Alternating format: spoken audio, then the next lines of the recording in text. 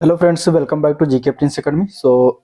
हम लोग बात करेंगे उत्तर प्रदेश प्रीवियस ईयर के क्वेश्चन सामान्य ज्ञान अध्यायवार सॉल्व पेपर का, जिसमें हम देखेंगे आज का चैप्टर नंबर 12 होगा, जो कि इतिहास से संबंधित क्वेश्चन होंगे। ठीक है। और इसमें अगर हम देखें तो यूपी ट्रिपल एससी में जितने भी क्वेश्चन पूछे गए हैं अभी तक प्रीवियस ईयर में, और यूपी पीसीएस, साथ ही साथ यूपी पुलिस और इलाहाबाद हाई कोर्ट में जहां भी उत्तर प्रदेश से रिलेटेड क्वेश्चन आए हैं, उन सभी को हम इसमें देखने वाले हैं। ठीक है। इतिहास में अगर हम बात करेंगे तो तीनों इतिहास रहेगा इसमें एक साथ। ठीक है। प्राचीन इतिहास रहेगा, मध्यकालीन इतिहास रहेगा और आधुनिक भारत का इतिहास। तो ये सभी तीनों इतिहास से संबंधित जो भी यूपी से संबंधित क्वेश्चन पूछे गए हैं वो सभी हम इसमें देखेंगे। तो चलिए स्टार्ट करते हैं वीडियो को। और अगर इसके पहले का आप लोगों ने वीडियो नहीं देखा है, मतलब चैप्टर 12 तक जो हो चुका है उसके पहले वाला, तो आप लोग चैनल पेज पर जाइए, आपको वहां से सारे वीडियो मिल जाएंगे। ठीक है। इसका प्लेलिस्ट बना दिया है, तो वहां से देख सकते हैं। स्टार्ट करेंगे। और स्टार्ट करने से पहले अगर आप लोग चैनल पर नए हैं, अभी तक सब्सक्राइब नहीं किया, तो चैनल को सब्सक्राइब करना मत भूलिएगा, साथ ही साथ वीडियो को भी लाइक करते चलिए। पहला क्वेश्चन 2023 में पूछा गया था, निम्नलिखित में से कौन सा सही सुमेलित नहीं है। 1857 के विद्रोह स्थल दिए गए हैं, इधर विद्रोह प्रारंभ की तिथि दी गई है। ठीक है। तो आपको तिथि वाइज याद रखना है, क्योंकि क्वेश्चन इस तरीके से बनते हैं। ठीक है। बैरकपुर जो विद्रोह हुआ था वो 29 मार्च 1857 को हुआ था। दूसरा है मेरठ विद्रोह 10 मई 1857 को हुआ था। तीसरा झांसी में 10 मार्च 1857 को हुआ, और लखनऊ में 4 जून 1857 को हुआ था। इनमें कौन सा एक गलत है? तो अभी आपको जब चारों पता होंगे तभी आप समझ सकते हैं या निकाल सकते हैं इसका आंसर। इसका आंसर क्या हो जाएगा? इसका आंसर हो जाएगा सी पार्ट। सी पार्ट जो दिया गया है, झांसी में 10 मार्च 1957 जो लिखा हुआ ये गलत है। ठीक है। 10 मार्च 1857 को झांसी में नहीं हुआ था, तो यहाँ पे आंसर क्या हो जाएगा? C option. बाकी सारे सही हैं। तो झांसी में कब हुआ था? 8 जून को हुआ था। ठीक है। झांसी में कब हुआ था? 8 जून 1857 को हुआ था। तो ये चीजें आपको याद रखनी है। चलिए क्वेश्चन नंबर 2 देखते हैं। क्वेश्चन नंबर 2 भी 2023 का ही है। 1857 में जो बरेली उत्तर प्रदेश में क्रांति हुई थी, उसके नेता कौन थे? ठीक है। बरेली में जो क्रांति हुई 1857 का, उसके नेता कौन थे? ठीक है। कुंवर सिंह थे, नाना साहब थे, खान बहादुर खां थे, या फिर हजरत महल थी। यहाँ पे आंसर की बात करेंगे तो आंसर क्या हो जाएगा? तो राइट आंसर इसका सी ऑप्शन सही है। ठीक है।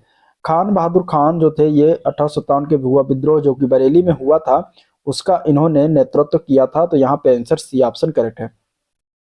अन्य लोगों की बात जान लेते हैं इनमें से कि किन लोगों ने जो है कहाँ पर नेतृत्व किया। तो यहाँ पे अगर देखा जाएगा तो सबसे पहले बरेली का नेतृत्व खान बहादुर खान ने 1857 के स्वतंत्रता संग्राम में हुआ था, जो कि 31 मई 1857 को बरेली में जो है आजादी की घोषणा किया गया था। बरेली पर पुनर्धिकार करने के पश्चात अंग्रेजों ने इन्हें 24 फरवरी 1860 को जो है मौत की सजा दे दी थी। किसे? खान बहादुर खान को। ठीक है। 1857 के अन्य विद्रोही नेता की बात करेंगे तो उसमें नाना साहब आते हैं, जिन्होंने कानपुर का नेतृत्व किया था। हजरत महल ने जो है लखनऊ का नेतृत्व किया था। रानी लक्ष्मीबाई, झांसी की रानी, झांसी का नेतृत्व इन्होंने किया था। मौलवी अहमदुल्ला फैजाबाद का नेतृत्व किया था, और कुंवर सिंह जो थे इन्होंने बिहार से नेतृत्व किया था।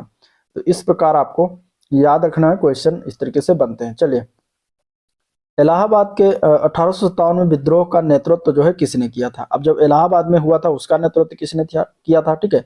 आपको पता हो गया कानपुर, लखनऊ, झांसी, फैजाबाद और बिहार का नेतृत्व। अब इलाहाबाद का तो देखिए, रानी लक्ष्मीबाई हो नहीं सकती क्योंकि झांसी का नेतृत्व इन्होंने किया था। कुंवर सिंह बिहार से रिलेटेड थे।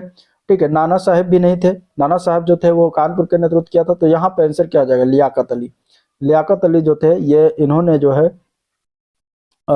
इलाहाबाद का नेतृत्व किया था 1857 के विद्रोह में। तो आंसर इसका जो है बी पार्ट करेक्ट हो जाएगा। ठीक है। और झांसी की अगर हम बात करेंगे तो यहाँ पे 2 थे, एक और याद रखिएगा, तात्या टोपे भी थे नेतृत्वकर्ता में। जगदीशपुर के कुंवर सिंह थे। ठीक है। कुंवर सिंह जगदीशपुर जो कि ये बिहार में पड़ता है। तो बिहार के राज्य के जगदीशपुर में जो है कुंवर सिंह ने नेतृत्व किया। कानपुर का नेतृत्व नाना साहेब और तात्या टोपे ने मिलकर, तो तात्या टोपे दोनों जगह जो है रहे थे। चलिए क्वेश्चन नंबर 4। बिहार में झांसी राज्य को ब्रिटिश साम्राज्य का हिस्सा किसके द्वारा बनाया गया? इनमें से बताना है। देखिए, झांसी राज्य का जो था उस समय 1857 का वो नेतृत्व किया गया था रानी लक्ष्मीबाई और तात्या टोपे के द्वारा। तो ब्रिटिश साम्राज्य का हिस्सा जब बनाया गया तो किसके द्वारा बनाया गया था? तो ये बनाया गया था हड़प की नीति के द्वारा। ठीक है। हड़प की नीति अपना कर जो है झांसी को ब्रिटिश राज्य का हिस्सा बना दिया गया था, ब्रिटिश साम्राज्य का हिस्सा बना दिया गया था। तो यहाँ पे ए पार्ट करेक्ट हो जाएगा। ठीक है। झांसी राज्य को ब्रिटिश साम्राज्य का हिस्सा जो है, और हड़प नीति किसके द्वारा चलवाया गया था? तो ये डलहौजी उस समय था। ठीक है। तो उसी ने जो है नीति लाया था, तो उसी के अनुसार जो है ये बनाया गया था और इस नीति के अनुसार किसी भी भारतीय राज्य का रियासत का दर्जा उस समय समाप्त मान लिया जाता है जब उसका कोई वयस्क उत्तराधिकारी नहीं होता था।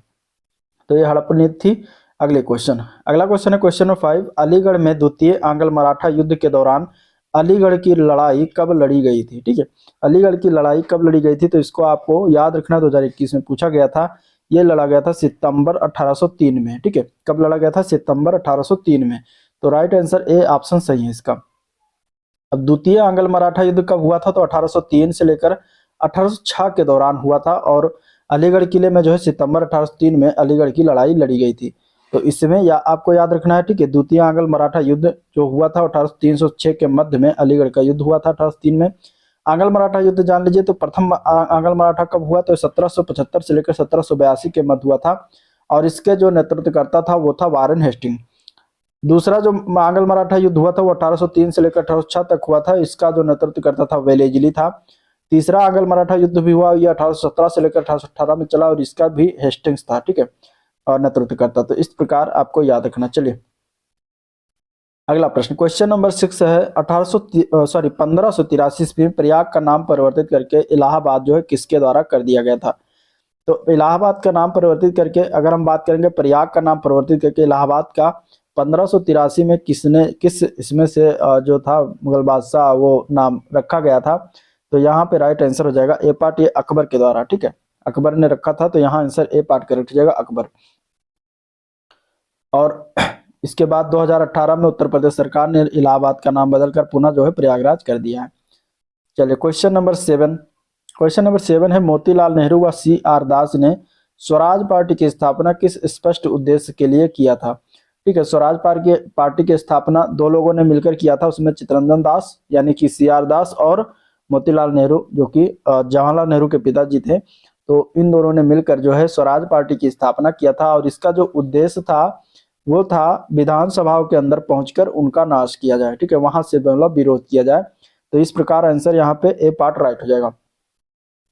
कब स्थापना किया गया था स्वराज पार्टी की स्थापना? तो ये किया गया था 1923 में। ठीक है, और जो कि ये खिलाफत, इसका नाम था कांग्रेस खिलाफत स्वराज पार्टी और ये किया गया था इलाहाबाद में। ठीक है, इसकी स्थापना कहाँ की गई थी? इलाहाबाद में किया गया था, जिसे सामान्यतः स्वराज पार्टी के नाम से जाना जाता है। अध्यक्ष इसके CR दास बने थे और सचिव थे मोतीलाल नेहरू। ठीक है, मुख्य उद्देश्य क्या था? कांग्रेस के विधानसभाओं में पहुंचकर उनका नाश करना था, क्योंकि 1922 के कांग्रेस अधिवेशन में कांग्रेस ने चुनाव लड़ने की अनुमति परिवर्तन विरोधियों को नहीं दी थी। सितंबर 1930 ईस्वी में दिल्ली में आयोजित कांग्रेस के विशेष अधिवेशन में जो कि अध्यक्ष थे उस समय अबुल कलाम आजाद, स्वराजियों को चुनाव में भाग लेने की अनुमति मिल गई। क्वेश्चन नंबर 8, गांधी जी की पहली महत्वपूर्ण सार्वजनिक उपस्थिति कहाँ हुई? सही विकल्प चुनना है। ठीक है, इनमें से गांधी जी ने सर्वप्रथम जो है अपनी उपस्थिति दर्ज कहाँ पर करवाई, मतलब कहाँ से स्टार्ट किया इंडिया में? तो यहाँ पे आंसर क्या हो जाएगा? सी पार्ट हो जाएगा। ठीक है, सार्वजनिक उपस्थिति उनकी बनारस में हुई। आंसर सी ऑप्शन करेक्ट है। 9 जनवरी 1915 को दक्षिण अफ्रीका से भारत गांधी जी का आगमन हुआ और उन्होंने गुजरात के साबरमती में आश्रम स्थापित किया। भारत आने के बाद वह किसी आंदोलन में भाग न लेकर भारत भ्रमण पर निकल पड़ते हैं। इसी दौरान मदन मोहन मालवीय के बुलावे पर बनारस हिंदू विश्वविद्यालय के स्थापना समारोह में शामिल होने के लिए बनारस जाते हैं, जहां 6 फरवरी 1916 को गांधी प्रसिद्ध भाषण देते हैं जिसमें बनारस की गंदगी की निंदा करते हैं तथा उपस्थित राजा महाराजाओं की आलोचना करते हैं। तो ये जो है प्रथम उपस्थिति रही थी भारत में गांधी जी की। ठीक है, चलिए क्वेश्चन नंबर 9, बताना है इसमें से कि चौरी चौरा की घटना जो है उत्तर प्रदेश में कहां पर हुआ था? ठीक है, चौरी चौरा घटना की बात करेंगे तो ये हुआ है चौरी चौरा नामक स्थान पर जो कि गोरखपुर में पड़ता है। तो आंसर ए पार्ट करेक्ट हो जाएगा, गोरखपुर।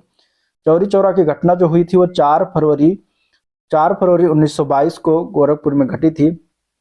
इसमें क्या हुआ था? किसानों की भीड़ ने यहाँ के जो एक पुलिस स्टेशन में आग लगा दिया था, जिसके कारण 22 पुलिस कर्मियों की मौत हो गई थी। और इस घटना को देखकर महात्मा गांधी ने असहयोग आंदोलन जो कि 1920 से चल रहा था, 1920 से लेकर 1922 तक, इन्होंने 22 में इसी के कारण वापस ले लिया था। ठीक है, तो आंसर यहाँ पे ए पार्ट करेक्ट हो जाएगा। चलिए क्वेश्चन नंबर 10 है। क्वेश्चन नंबर 10 है गौतम बुद्ध ने धर्मचक्र प्रवर्तन के रूप में अपना पहला धर्म उपदेश कहाँ दिया था? ठीक है, धर्मचक्र प्रवर्तन के रूप में अगर हम देखेंगे तो ये गौतम बुद्ध के द्वारा दिया गया था पहला उपदेश जो ये सारनाथ में दिया था। तो ए पार्ट राइट हो जाएगा, सारनाथ।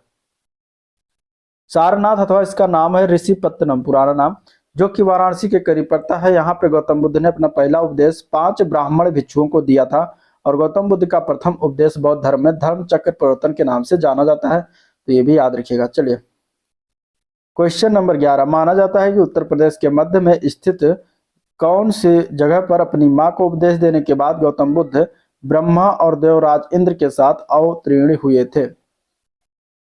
तो यहाँ इसका आंसर क्या हो जाएगा? तो यहाँ इसका आंसर हो जाएगा ए पार्ट। ये स्थान का नाम है संकसिया, आंसर ए पार्ट हो जाएगा। ठीक है, संकसिया कहाँ पड़ता है? तो ये पड़ता है फर्रुखाबाद जिले में।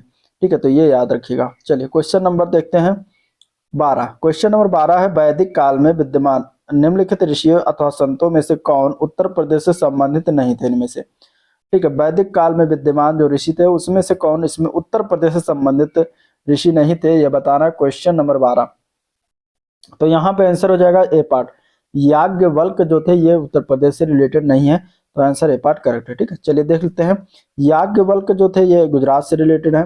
भारद्वाज जो है ऋषि भारद्वाज प्रयागराज से, ऋषि अत्रि जो थे चित्रकूट से, और पार्श्वनाथ जो थे वाराणसी से रिलेटेड थे। तो इस प्रकार याज्ञवल्क्य हो जाएगा। नेक्स्ट क्वेश्चन, क्वेश्चन नंबर 13, 1857 का भारतीय विद्रोह निम्नलिखित में से किस स्थान पर आरंभ हुआ था? ठीक है, 1857 का जो विद्रोह था, सैनिक विद्रोह, वो कहां से आरंभ हुआ था? तो ये मेरठ जिले से आरंभ हुआ था, आंसर बी ऑप्शन राइट है। मेरठ का विद्रोह जो है 1857 का विद्रोह मेरठ से प्रारंभ हुआ था 10 मई 1857 को, और उस दिन कौन था? रविवार था। ठीक है, ये भी याद रखिएगा। ये दिन मेरठ की पैदल टुकड़ी जो थी 20 NI से विद्रोह प्रारंभ हुआ। ठीक है, और इस टुकड़ी के विद्रोही सैनिकों ने अपने अधिकारियों की हत्या कर दिल्ली की ओर कूच कर दिया, और इसके पहले 29 मार्च 1857 को ही बैरकपुर यानी कि जो बंगाल में पड़ता है, वहां की 34वीं रेजिमेंट के मंगल पांडे ने चर्बी युक्त कारतूस के विरोध में विद्रोह कर दिया था। उसने लेफ्टिनेंट बाग की हत्या कर दी थी और 8 अप्रैल को मंगल पांडे को फांसी दे दी गई थी। तो ये भी याद रखिएगा, सारी चीजें इंपॉर्टेंट है इसमें। चलिए अगले प्रश्न की तरफ पढ़ते हैं। अगला क्वेश्चन पूछा गया था, पंचमहल इनमें से किस भारतीय शहर में स्थित है? क्वेश्चन नंबर 14 का आंसर हो जाएगा डी पार्ट। ये फतेहपुर सीकरी में पड़ता है, डी ऑप्शन इसका करेक्ट है। ठीक है, फतेहपुर सीकरी में पड़ता है, डी ऑप्शन करेक्ट है। इसकी स्थापना किसके द्वारा किया गया था? तो बादशाह अकबर के द्वारा किया गया था। और यह फतेहपुर सीकरी किले की सबसे ऊंची इमारत है। पिरामिड आकार में बने पंचमहल को हवा महल भी कहा जाता है। इसकी पहली मंजिल के खंभों पर शेष मंजिलों का संपूर्ण भार है। 23वें तीर्थंकर जो पार्श्वनाथ थे, इनका जन्म कहाँ पर हुआ था? तो ये संबंधित है वाराणसी से, आंसर हो जाएगा बी ऑप्शन। इनका जन्म बनारस में हुआ था। ठीक है, जो कि ये 23 जैन धर्म के 23वें तीर्थंकर थे, और इनका वाराणसी जन्म भेलुपुर स्थान है वाराणसी में, वहां पर हुआ था। और तीर्थंकर जो पार्श्वनाथ थे 30 वर्ष की अवस्था में गृह त्याग कर दिया था, और 83 दिन की कठोर तपस्या के बाद 84वें दिन इन्हें ज्ञान की प्राप्ति हुई थी। अंत में अपना निर्वाण काल समीप जानकर श्री सम्मेद शिखर जी जो झारखंड में पारसनाथ की पहाड़ी पर स्थित है चले गए, जहां श्रावण शुक्ल सप्तमी को उन्हें मोक्ष प्राप्त हुई। क्वेश्चन नंबर 16 पूछा गया था, संत कबीर किसके शिष्य थे? यानी कि संत कबीर के गुरु का नाम बताना है। क्वेश्चन नंबर 16, ठीक है, 2021 के क्वेश्चन में पूछा गया है, पेपर में पूछा गया है। यहाँ पे आंसर क्या है? तो संत कबीर के गुरु का नाम था रामानंद, तो आंसर डी ऑप्शन राइट है। ठीक है, रामानंद के शिष्य थे संत कबीर, और रामानंद जो थे वो 14वीं शताब्दी में उत्तर भारत के गंगा नदी क्षेत्र में वैष्णव संत थे। कबीर रामानंद के 12 शिष्यों में से एक थे। कबीर जो थे हिंदी साहित्य के भक्ति काल के निर्गुण शाखा के ज्ञान मार्गी शाखा के महान कवि हैं। क्वेश्चन नंबर 17 देखना है, निम्नलिखित में से किस मुगल शासक की बेगम का मकबरा मरियम उज जमानी सिकंदरा में स्थित है? सिकंदरा कहाँ पड़ता है? सिकंदरा पड़ता है आगरा जिले में। ठीक है, और यहाँ पे जो मकबरा है मरियम उज जमानी, ये किस शासक की बेगम का है ये बताना। ये पूछा गया था क्वेश्चन 2021 के पेपर में, आंसर हो जाएगा ए पार्ट अकबर का। ठीक है, अकबर की बेगम का मकबरा मरियम उज जमानी सिकंदरा के आगरा में स्थित है, तो आंसर ए पार्ट करेक्ट हो जाएगा। ठीक है, और ये मरियम उज जमानी का मकबरा जो कि जोधा भाई का मकबरा है, जो कि मुगल सम्राट अकबर की हिंदू पत्नी है, जो आगरा मथुरा सड़क के बाई और सिकंदरा में अकबर के मकबरे के पश्चिम में स्थित है। मकबरा जहांगीर ने अपनी मां मरियम उज जमानी की याद में बनवाया था, और अकबर के मकबरे के पास उनकी अंतिम इच्छा के अनुसार स्थित था। क्वेश्चन नंबर 18, गौतम बुद्ध के जीवन की किस घटना को भारतीय काल में पहिया और हिरण द्वारा दर्शाया गया है? तो इसका आंसर क्या है? इसका आंसर हो जाएगा सी पार्ट।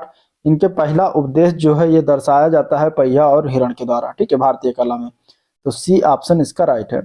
गौतम बुद्ध के प्रथम उपदेश को भारतीय कला में पहिया और हिरण के द्वारा दर्शाया गया है। पहले धर्म उपदेश को धर्म चक्र प्रवर्तन भी कहा जाता है। उन्होंने अपने पहले 5 तपस्वी शिष्यों को हिरण पार्क यानी कि सारनाथ में जो वाराणसी में स्थित है वहां पे उपदेश दिया था। क्वेश्चन नंबर 19, दीवान ए आम निर्मित संगमरमर कहाँ से लाई गई? मतलब जो दीवान ए आम निर्मित है ये इसमें जो संगमरमर है ये कहाँ से लाया गया है ये बताना है। तो ये लाया गया था मकराना, जो कि राजस्थान में पड़ता है। तो मकराना से संगमरमर आया था, तब दीवान ए आम के निर्माण हुआ था। तो आंसर सी ऑप्शन इसका राइट है, ठीक है।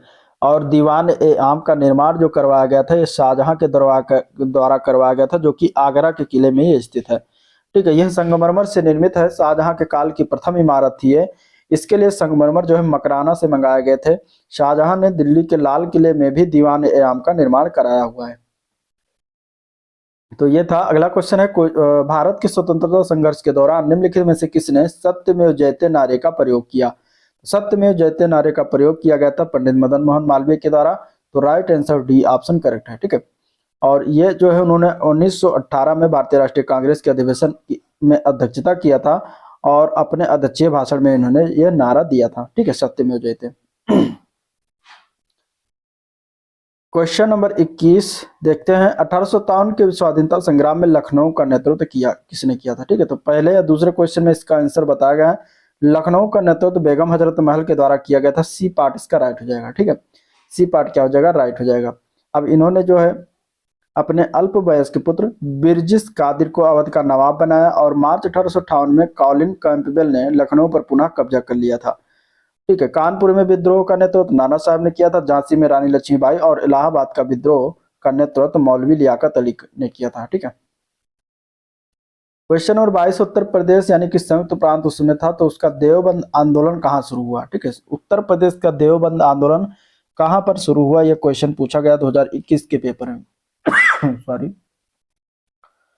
क्वेश्चन नंबर 22 का आंसर क्या है? तो 22 का आंसर हो जाएगा डी ऑप्शन, सहारनपुर में देवबंद आंदोलन की शुरुआत हुई थी। तो आंसर डी ऑप्शन करेक्ट है, ठीक है। कब शुरुआत हुई थी? 1866 में, और यह दारुल उलूम में उत्तर प्रदेश के दारुल उलूम में हुआ था, ठीक है। इस आंदोलन को मोहम्मद कासिम नानोतवी और राशिद अहमद गंगोही द्वारा मुस्लिम समुदाय के धार्मिक नेताओं को प्रशिक्षित करने के लिए चलाया गया था। इस आंदोलन का उद्देश्य था मुस्लिम समुदाय का नैतिक व धार्मिक उत्थान करना। भारत का एक क्रांतिकारी संगठन जो हिंदुस्तान रिपब्लिकन एसोसिएशन, जिसको एचआरए कहते हैं, ये कब बनाया गया था? तो ये बनाया गया था 1924 में। राइट आंसर इसका हो जाएगा बी ऑप्शन, ठीक है। 1924 में जो है युवा क्रांतिकारियों ने कानपुर में हिंदुस्तान रिपब्लिकन एसोसिएशन नामक क्रांतिकारी संगठन की स्थापना की। सचिंद्र नाथ सन्याल, राम प्रसाद बिस्मिल, जोगेश चंद्र चटर्जी तथा चंद्रशेखर आजाद इसके संस्थापक सदस्य थे। वर्ष 1928 में चंद्रशेखर आजाद के नेतृत्व में दिल्ली के फिरोज शाह कोटला मैदान में हिंदुस्तान सोशलिस्ट रिपब्लिकन एसोसिएशन की स्थापना किया गया। क्वेश्चन नंबर 24 है, निम्नलिखित में से कौन से सुल्तान हैं जिन्हें एक शहर प्राप्त हुआ और जहां अब आगरा अवस्थित है? ठीक है, निम्नलिखित में से कौन से सुल्तान हैं जिन्हें एक शहर प्राप्त हुआ जहां अब आगरा अवस्थित है? तो वो कौन से सुल्तान थे? तो वो हो जाएंगे आंसर इनका डी पार्ट, सिकंदर लोधी, ठीक है। सिकंदर लोधी जो थे जिन्होंने आगरा का निर्माण किया था, तो यहाँ पे डी ऑप्शन करेक्ट है, ठीक है। आगरा शहर की स्थापना जो है लोधी वंश का शासक था सिकंदर लोधी, उसने किया था 1504 ईस्वी में।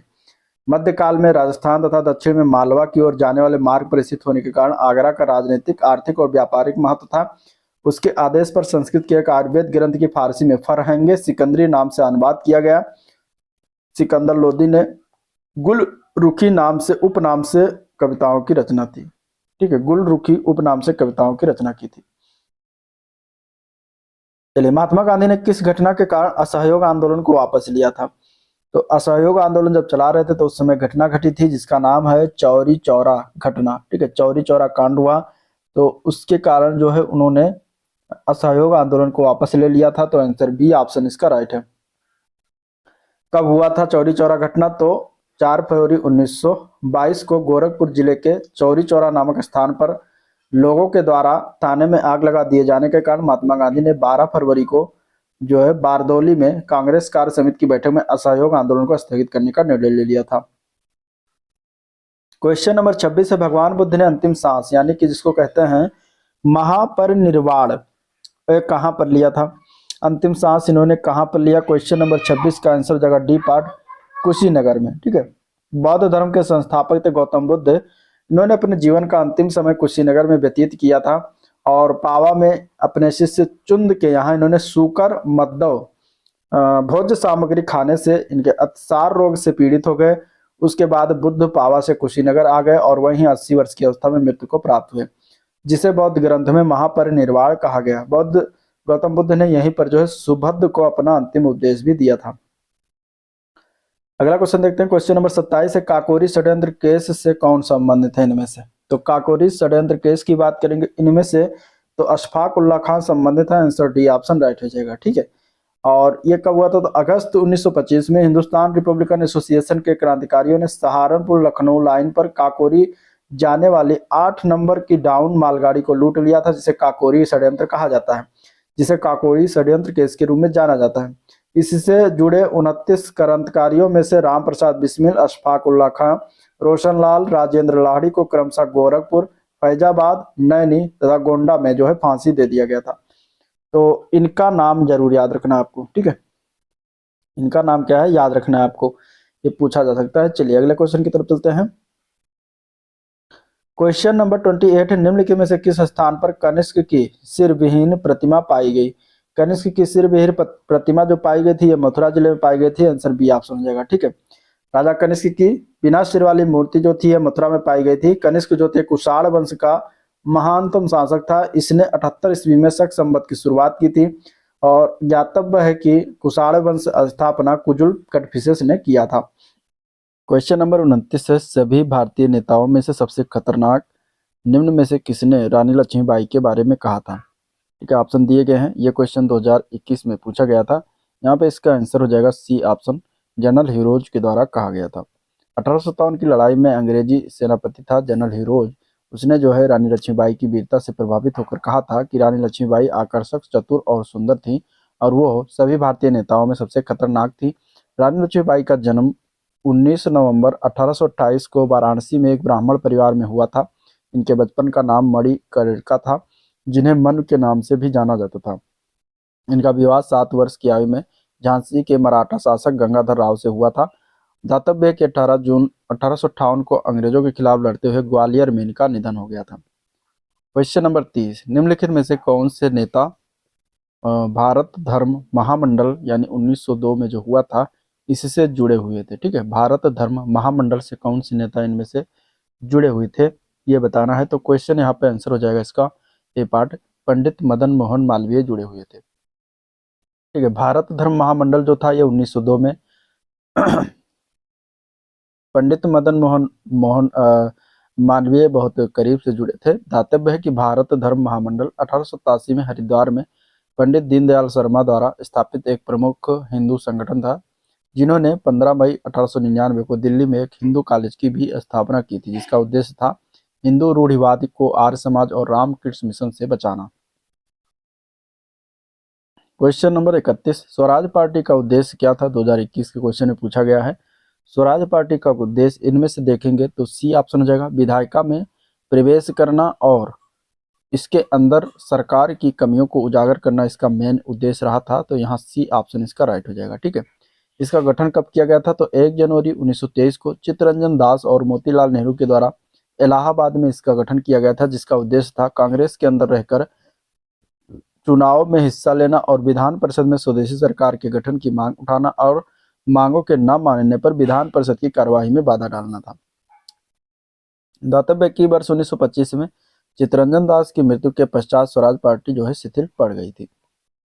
चलिए क्वेश्चन नंबर अगला देखते हैं। क्वेश्चन नंबर 32 पूछा गया है, उत्तर प्रदेश में श्री गोवर्धनपुर भक्ति किस भक्ति संत का जन्म स्थान है? ठीक है, गोवर्धनपुर किस भक्ति का जन्म स्थान है उत्तर प्रदेश में, ये बताना है। तो ये संत रविदास का जो है जन्म स्थान है, तो आंसर ए पार्ट करेक्ट हो जाएगा। ठीक है, उत्तर प्रदेश में ये जो है वाराणसी के पास स्थित है सीर गोवर्धनपुर, जो कि भक्ति काल के प्रसिद्ध संत थे रविदास, जिनका जन्म स्थल के रूप में जाना जाता है।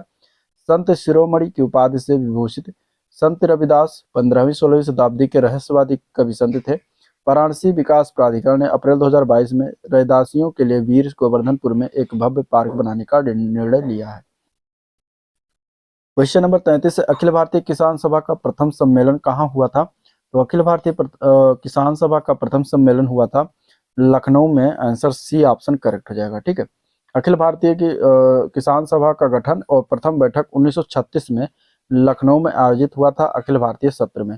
ठीक है, और अखिल भारतीय किसान सभा के प्रथम अध्यक्ष व संस्थापक थे सहजानंद सरस्वती। सहजानंद सरस्वती जो थे बिहार किसान सभा आंदोलन के प्रणेता और बिहार प्रांतीय किसान सभा के संस्थापक भी थे। ठीक है, क्वेश्चन नंबर 34 दिया गया है कि उत्तर प्रदेश में काकोरी कांड का नाम अब क्या रख दिया गया है, ये बताना। ठीक है, तो अभी तक काकोरी कांड था, इसका अभी नाम बदल दिया गया है, इसका नाम अब हो गया काकोरी ट्रेन एक्शन, जो कि बी पार्ट में लिखा हुआ है। ठीक है, उत्तर प्रदेश सरकार के द्वारा काकोरी ट्रेन एक्शन इसका नाम बदल दिया गया है। और ये अगर हम बात करेंगे तो 9 अगस्त 1925 को लखनऊ के निकट काकोरी नामक स्थान रेलवे स्टेशन पर जो है स्वतंत्रता संग्राम के सेनानियों ने ट्रेन डकैती किया था, और इस डकैती में सरकारी खजाने को बंदूक, बम व गोला बारूद को लूटा गया था। इस कांड में राम प्रसाद बिस्मिल, रोशन सिंह, अशफाक उल्ला खां, राम प्रसाद खत्री व मनमथ नाथ गुप्त को गिरफ्तार किया गया था।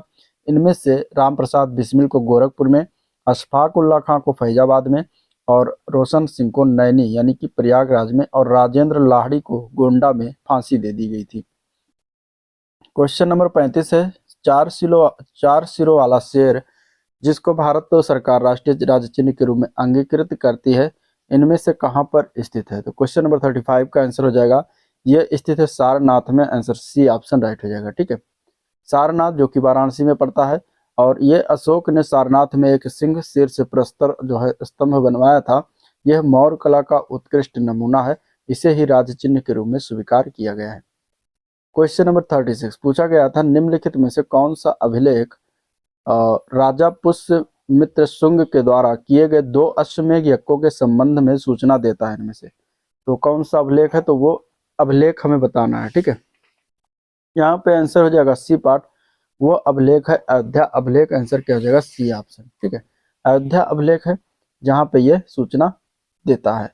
ठीक है, दिए गए प्रश्न में अगर देखा जाए विकल्प में, तो धनदेव के अयोध्या अभिलेखों के अनुसार पुष्यमित्र शुंग ने अपने शासन काल में 2 अश्वमेध यज्ञ किए थे। पुष्यमित्र शुंग वंश का संस्थापक था। ठीक है, और पुष्यमित्र शुंग ने 185 ईसा पूर्व में मौर्य शासक बृहद्रथ की हत्या करके शुंग वंश की स्थापना की थी। बाणभट्ट ने हर्षचरित में पुष्यमित्र को अनार्य कहा है। धनदेव का अयोध्या अभिलेख राजा पुष्यमित्र शुंग द्वारा किए गए 2 अश्वमेध यज्ञों के संबंध में सूचना देता है। क्वेश्चन नंबर 37 दिया गया है, स्वतंत्रता संघर्ष के दौरान उत्तर प्रदेश में किसान आंदोलन का नेतृत्व जो है किसने किया? ठीक है, किसान आंदोलन का नेतृत्व इनमें से किसके द्वारा किया गया है? तो यहाँ आंसर हो जाएगा बी ऑप्शन। ठीक है, पंडित जवाहरलाल नेहरू ने किया था। आंसर बी ऑप्शन इसका करेक्ट है। ठीक है, और इन्होंने 1920 में उत्तर प्रदेश के प्रतापगढ़ जिले में पहले किसान मार्च का नेतृत्व किया था। तो ये भी याद रखिएगा, जिला इंपॉर्टेंट पूछ सकता है और डेट भी पूछ सकता है। क्वेश्चन नंबर 38 प्रसिद्ध संगीतकार स्वामी हरिदास किस मुगल शासक के समकालीन थे, ये बताना है।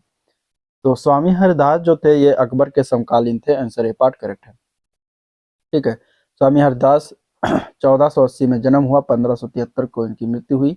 ये एक आध्यात्मिक कवि और शास्त्रीय संगीतकार थे। ये मुगल बादशाह अकबर जो कि 1556 से लेकर 1605 तक जो है बादशाह रहा था, तो उसके समकालीन थे। ठीक है, इनका जन्म हुआ था 1480 में, किसका? स्वामी हरिदास का। ठीक है, जो कि उत्तर प्रदेश के वृंदावन के निकट राजपुर नामक गांव में इनका जन्म हुआ था, और ये सखी संप्रदाय के प्रवर्तक।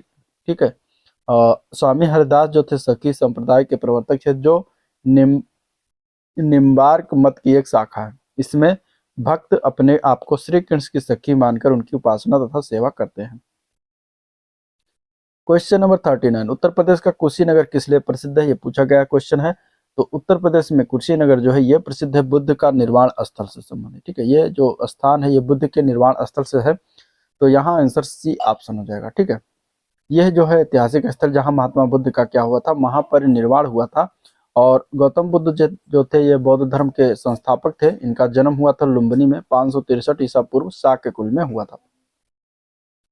क्वेश्चन 40 है, प्रसिद्ध संगीतकार तानसेन निम्नलिखित में से किस सम्राट के दरबार में संगीतकार थे? तो तानसेन जो थे ये अकबर सम्राट के क्या थे? दरबार में संगीतकार थे। तो आंसर डी पार्ट हो जाएगा अकबर। ठीक है। और तानसेन की जन्मतिथि के विषय में मतभेद है। कुछ विद्वानों के मतानुसार ग्वालियर से 28 मील दूर बेहट नामक छोटे गांव से तानसेन का जन्म हुआ था 1506 ईस्वी में। और अकबरनामा और आईने अकबरी के रचयिता अबुल फजल के अनुसार तानसेन की मृत्यु हुई थी 26 अप्रैल 1589 ईस्वी में आगरा में। चलिए क्वेश्चन नंबर 41 और दिया गया निम्नलिखित भारतीय प्रधानमंत्रियों में से किसका जन्म प्रयागराज में नहीं हुआ? इनमें से किसका जन्म नहीं हुआ? तो वह है राजीव गांधी। आंसर हो जाएगा डी ऑप्शन।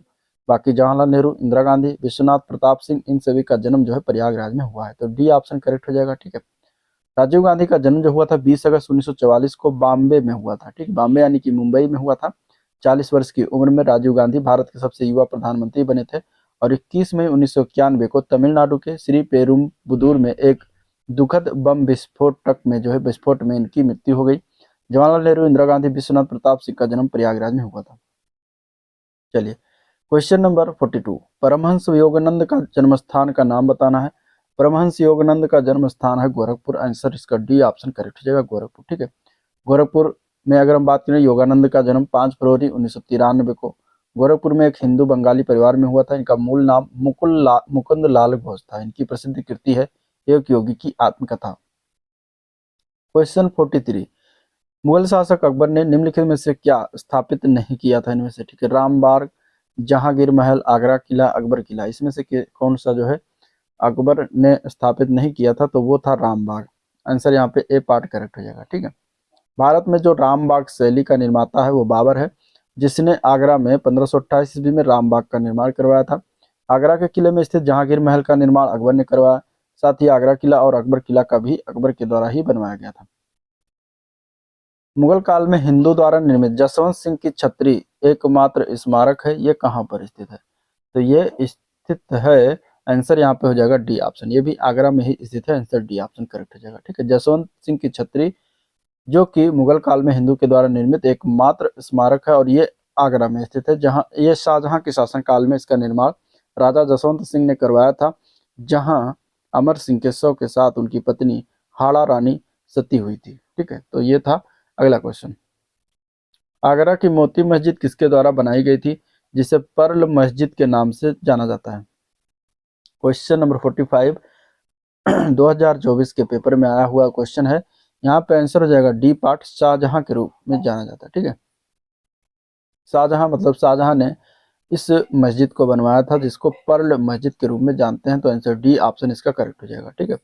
और ये जो है मोती मस्जिद जो है मुगल काल की वास्तुकला की उत्कृष्टता का एक उदाहरण है और ये आगरा के किले के भीतर स्थित है। ठीक है। शाहजहां के द्वारा बनवाई गई इस मस्जिद को अक्सर मोती जैसी दिखने वाली इसकी बनावट के कारण मोती मस्जिद के नाम से जाना जाता है। आगरा किले में दीवान ए खास परिसर के उत्तर में स्थित मोती मस्जिद का निर्माण शाहजहां ने अपने दरबार के सदस्यों के नमाज अदा करने के लिए करवाया था।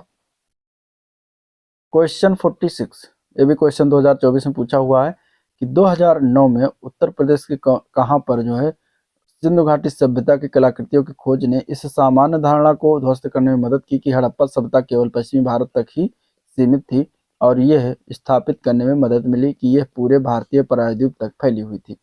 तो कहाँ पर मिला था? तो ये मिला था, आंसर हो जाएगा इसका बी ऑप्शन। ठीक है। आलमगीरपुर में, आलमगीरपुर हो जाएगा इसका right answer, B option. Alamgirpur कहाँ पड़ता है? तो ये मेरठ में पड़ता है और यहाँ पे जो है सिंधु घाटी सभ्यता के कलाकृतियों की खोज यहीं पर किया गया था 2009 में। ठीक है। तो ये हो गया। नेक्स्ट क्वेश्चन देखते हैं। क्वेश्चन नंबर 47, वर्तमान उत्तर प्रदेश किस स्तूप पर भगवान बुद्ध पहली बार अपने 5 शिष्यों से मिले थे? इसमें से बताना है। क्वेश्चन नंबर 47 का आंसर क्या हो जाएगा? तो यहाँ पे हो जाएगा बी पार्ट। उस स्तूप का नाम है धमेक स्तूप। आंसर इसका बी ऑप्शन करेक्ट है। ठीक है। बोध गया में ज्ञान प्राप्ति के पश्चात भगवान बुद्ध ने सारनाथ स्थित धमेक स्तूप के स्थान पर सर्वप्रथम अपने 5 शिष्यों को अपना पहला उपदेश दिया था और इसे धर्म चक्र प्रवर्तन की संज्ञा प्रदान की जाती है। ठीक है। तो याद रखिएगा, धमेक स्तूप 2024 का क्वेश्चन पूछा हुआ है। चलिए, निम्न में से सूरसेन महाजनपद की राजधानी कौन सी थी? सूरसेन महाजनपद की राजधानी यहाँ पे हो जाएगा Mathura. Answer D option correct हो जाएगा। ठीक है। वज्र महाजनपद की राजधानी वैशाली हुआ करती थी। अंग महाजनपद की राजधानी चंपा और काशी महाजनपद की राजधानी वाराणसी हुआ करती थी। क्वेश्चन नंबर 49, प्राचीन कौशल साम्राज्य की राजधानी निम्न से बौद्धों के लिए पवित्र है क्योंकि यहीं पर बुद्ध ने अपने सबसे महान चमत्कार किए थे और जिसमें उनकी कई छवियों का निर्माण भी शामिल था। तो वो कौशल साम्राज्य की राजधानी कौन सी थी, उसका नाम क्या था? तो उसका नाम था Shravasti. Answer A part correct हो जाएगा। ठीक है। प्राचीन कौशल महाजनपद की राजधानी श्रावस्ती हुआ करती थी। यह बौद्ध धर्म का एक पवित्र स्थल है। बुद्ध ने अपने जीवन का अधिकांश समय श्रावस्ती में बिताया और यहीं पर उन्होंने अपने जीवन के कई महान चमत्कार किए थे। क्वेश्चन नंबर 10, क्वेश्चन नंबर 50 मतलब 50 क्वेश्चन अब कंप्लीट हो गया है। तो वीडियो को लाइक कर दीजिएगा, चैनल को सब्सक्राइब भी कर लीजिएगा। ठीक है। अब यहाँ पे क्वेश्चन नंबर 50 हम देखते हैं। स्थल दिया गया, नेता दिया गया, मिलान करना है। ठीक है। यानी कि 1857 के विद्रोह के स्थल दिए गए हैं, उसके नेताओं से संबंधित मिलान करना है। लखनऊ 1857 के विद्रोह स्थल का जो संबंधित नेता है या लखनऊ का नेतृत्व किया गया था बेगम हजरत महल के द्वारा। तो आंसर ए का 2 हो जाएगा। कानपुर में जो है नेतृत्व किया था नाना साहब ने। बरेली में नेतृत्व किया गया था खान बहादुर खान के द्वारा और फैजाबाद का नेतृत्व जो है मौलवी अहमद उल्लाह ने किया था। तो इस प्रकार इसका मिलान हो जाएगा। सी पार्ट इसका सही है। ठीक है। चलिए क्वेश्चन नंबर अगला देखते हैं। निम्नलिखित में से कौन सा जो है थान उत्तरी कौशल जनपद की जो है राजधानी हुआ करता था? ठीक है। कौन सा यहाँ पे स्थान है उत्तरी कौशल की राजधानी, इसमें से कौन सा हुआ करता था? ठीक है। तो उत्तरी कौशल की राजधानी इनमें से अगर देखा जाए तो आंसर हो जाएगा बी पार्ट, श्रावस्ती हुआ करता था। बी पार्ट करेक्ट हो जाएगा। ठीक है। और जबकि दक्षिणी कौशल की बात करेगा तो दक्षिणी कौशल महाजनपद की राजधानी साकेत थी। साकेत मतलब अयोध्या हुआ करती थी। ठीक है। और यहाँ का प्रसिद्ध राजा जो था वो प्रसेनजीत था और महात्मा बुद्ध ने सर्वाधिक वर्षा काल जो है श्रावस्ती में ही बिताया था। क्वेश्चन नंबर 52, 1919 में आगरा में आयोजित उत्तर प्रदेश कांग्रेस के सामाजिक सम्मेलन की अध्यक्षता किसने किया था? तो सामाजिक सम्मेलन की अध्यक्षता किया गया था ये मोतीलाल नेहरू के द्वारा। आंसर ए पार्ट करेक्ट हो जाएगा। ठीक है। चलिए अगला प्रश्न है। फतेहपुर सीकरी को पहले फतेहाबाद के नाम से जाना जाता था और यह फतेह शब्द का अर्थ जीत है। यह शब्द निम्नलिखित में से किस भाषा से लिया गया है? यह क्वेश्चन आया हुआ 2023 के जूनियर असिस्टेंट में। ठीक है। तो फतेह शब्द की अगर हम बात करेंगे तो ये आपका जो है भाषा वो आता है वो है फारसी। ठीक है। आंसर क्या हो जाएगा? बी ऑप्शन, ये फारसी भाषा का शब्द है। अब ये फतेहपुर सीकरी कहाँ स्थित है? तो ये 30 किलोमीटर दूर आगरा से स्थित है और इस नगर को जो है विजय का नगर भी कहा जाता है। ठीक है। इस नगर के नाम का प्रमुख शब्द जो फतेह है ये फारसी भाषा से लिया गया है जिसका अर्थ ही होता है विजय। और मुगल काल में बादशाह अकबर ने जो है साम्राज्य की राजधानी आगरा से फतेहपुर सीकरी जो है स्थानांतरित किया था। मुगल काल में निर्मित यहाँ की प्रमुख इमारतें जैसे जामा मस्जिद हो गया, बुलंद दरवाजा हो गया, पंचमहल है, इबादत खाना, ये सभी जो है फतेहपुर सीकरी में स्थित है। चलिए क्वेश्चन नंबर 54 नंबर क्वेश्चन देखते हैं। 2023 के पेपर में पूछा हुआ क्वेश्चन है। तुलसीदास के संदर्भ में बताना है कौन सा कथन जो है इनमें से सही है। ठीक है। पहला है कथन, तुलसीदास का जन्म जो है दिया गया है इसमें कि बांदा में हुआ था। बांदा जनपद के राजापुर नामक ग्राम में हुआ था। उनकी पत्नी का नाम गीतावली था। ठीक है। इनमें से बताना है कि इन दोनों में से कौन सा कथन सही है। तो इसमें से अगर देखेंगे तो केवल कथन एक सही है, दूसरा कथन गलत है। उनकी पत्नी का नाम गीतावली जो है नहीं था। तुलसीदास का जन्म कब हुआ था? तो तुलसीदास का जन्म 1523 ईस्वी में बांदा जनपद यानी वर्तमान में चित्रकूट जनपद में राजापुर नामक गांव में हुआ था। इनके पिता का नाम आत्माराम दुबे था, माता का नाम तुलसी था। तुलसीदास की पत्नी का नाम जो था वो रत्नावली था। ठीक है। और बेटे का नाम था तारक। तुलसीदास सगुण भक्ति शाखा के राम भक्ति धारा के कवि थे। इन्होंने विष्णु के अवतार राम का गुणगान करते हुए रामचरितमानस की रचना की थी। ये मुगल बादशाह अकबर और मेवाड़ शासक राणा प्रताप के जो है समकालीन हुआ करते थे। क्वेश्चन नंबर 55, 1918 के संयुक्त प्रांत किसान सभा का गठन जो है निम्न में से किस नेता ने किया था? क्वेश्चन नंबर 55 बताना है। तो यहाँ पे आंसर हो जाएगा ए पार्ट, इंद्र नारायण द्विवेदी ने किया था। आंसर ए पार्ट करेक्ट है। ठीक है। मदन मोहन मालवीय, गौरी शंकर मिश्र के प्रयासों से संयुक्त प्रांत किसान सभा का गठन किया गया था। इनमें 3 नाम हैं, तीनों नाम आपको याद रखना है। ठीक है। ये 1918 में इसकी स्थापना किया गया था। आंसर इसका ए पार्ट हो जाएगा। क्वेश्चन नंबर 56, 1857 में बरेली उत्तर प्रदेश में क्रांति का नेता कौन था? ठीक है।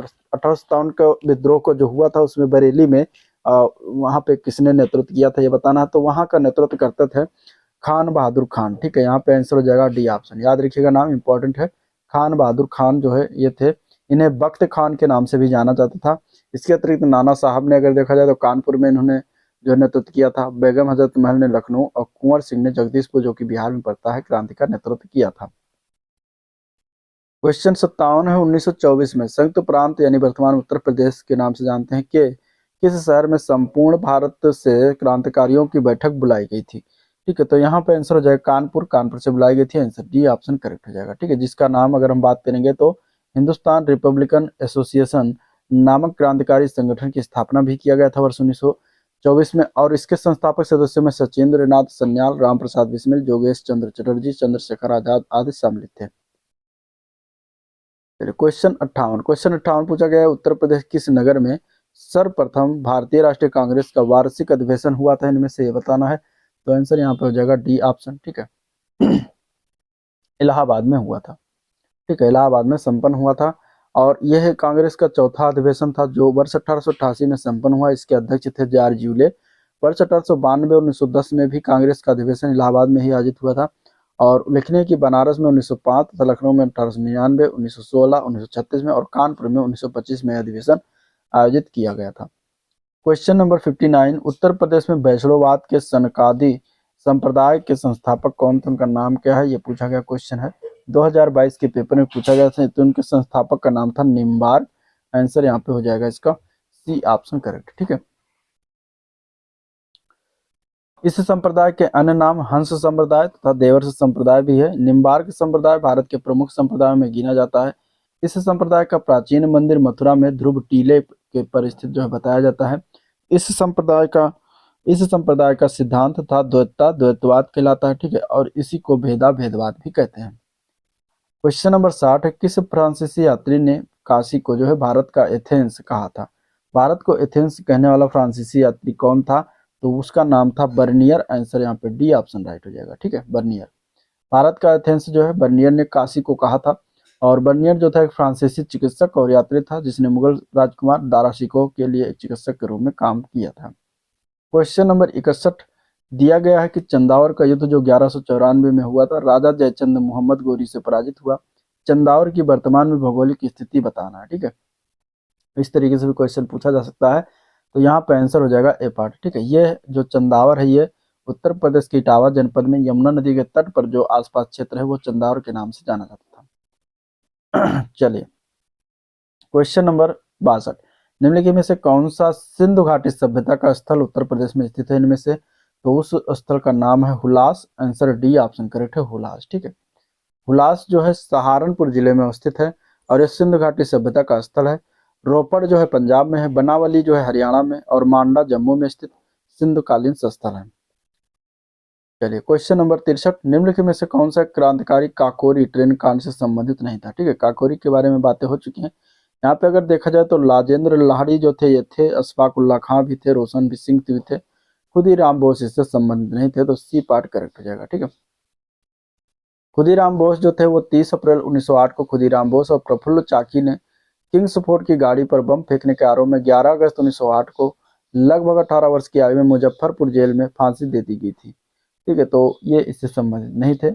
अगला प्रश्न, क्वेश्चन नंबर 64, निम्नलिखित में से उत्तर प्रदेश वर्तमान में भारत के प्राचीनतम 16 महाजनपद में से कुल कितने महाजनपद स्थित हैं, तो यहाँ पे आंसर हो जाएगा सी पार्ट, कुल 8 महाजनपद स्थित है। ठीक है, 8 महाजनपद देख लीजिए जो उत्तर प्रदेश में स्थित है।